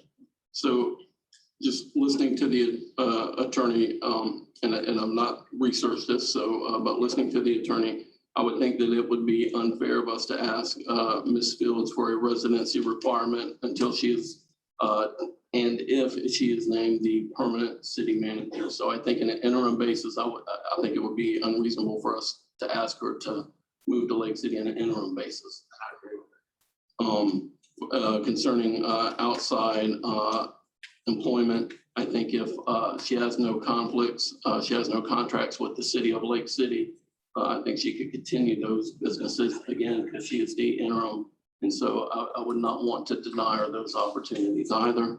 And as for the term of the agreement, I think for me, it would be prudent that that it would remain in place until we select a permanent city manager. If that happens to be Ms. Fields, then obviously we would negotiate a new contract with her at that time. And if it is someone else, then we would address the situation at that time. So those are my thoughts on those three topics. I agree with all of that. I think so. I think one other item, I know previously Ms. Fields was the HR director and then, she wasn't.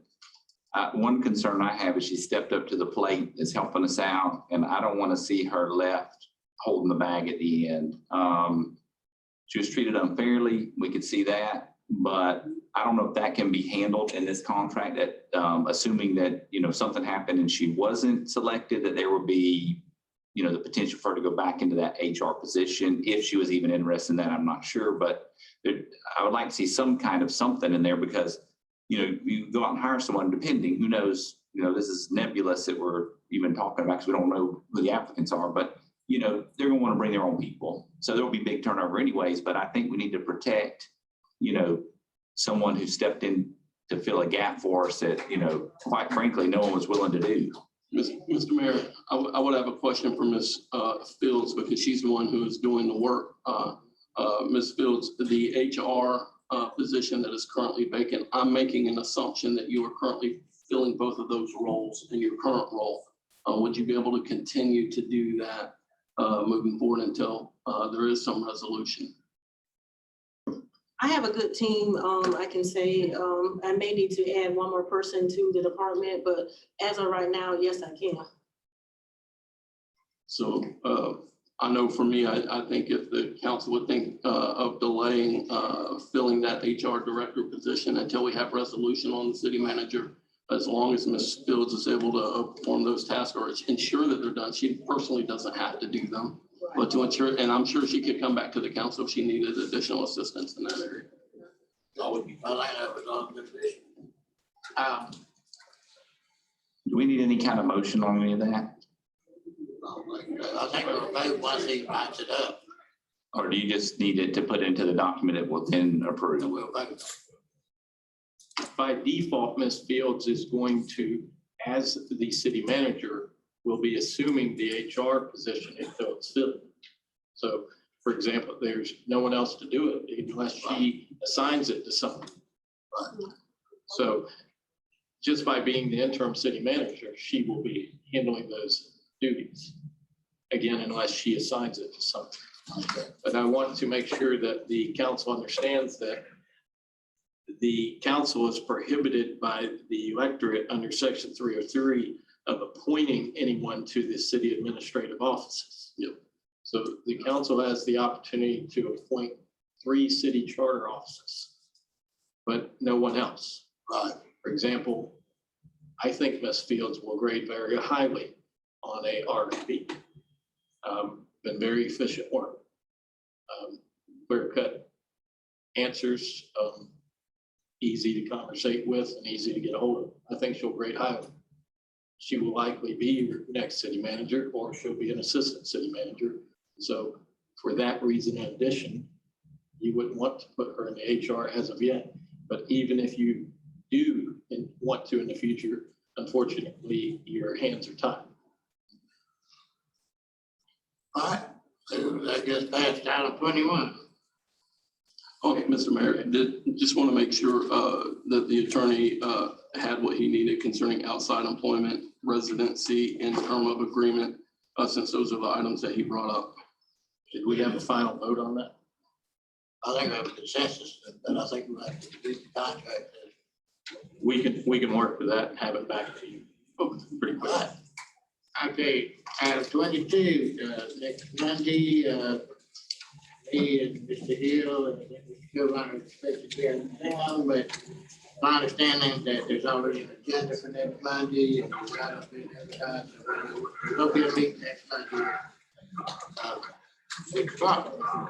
Any comments to council? Okay, we gotta do the Department of Administration. Mr. Young.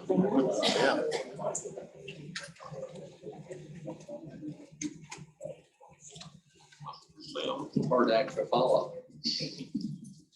Dave Young, Growth Management, bringing a report to council that was prepared by Karen Nelt and myself.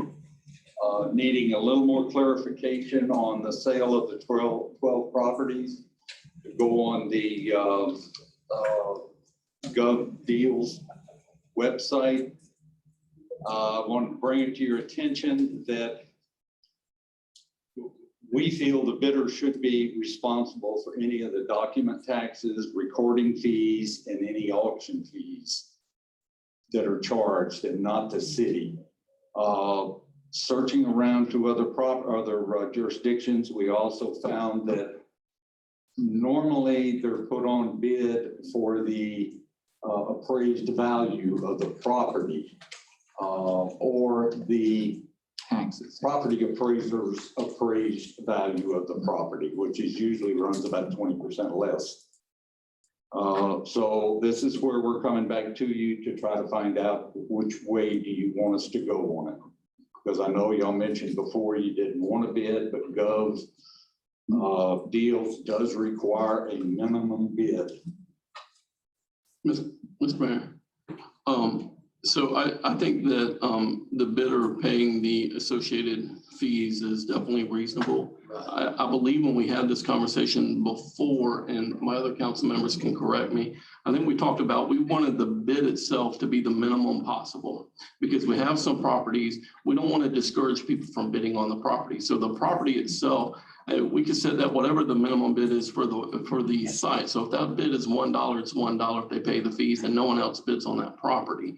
To say that it should be at the appraised property value may discourage potential investors and folks from bidding on that property. So for me, I think we need to set it as low as possible, but the bidder should pay the associated fees.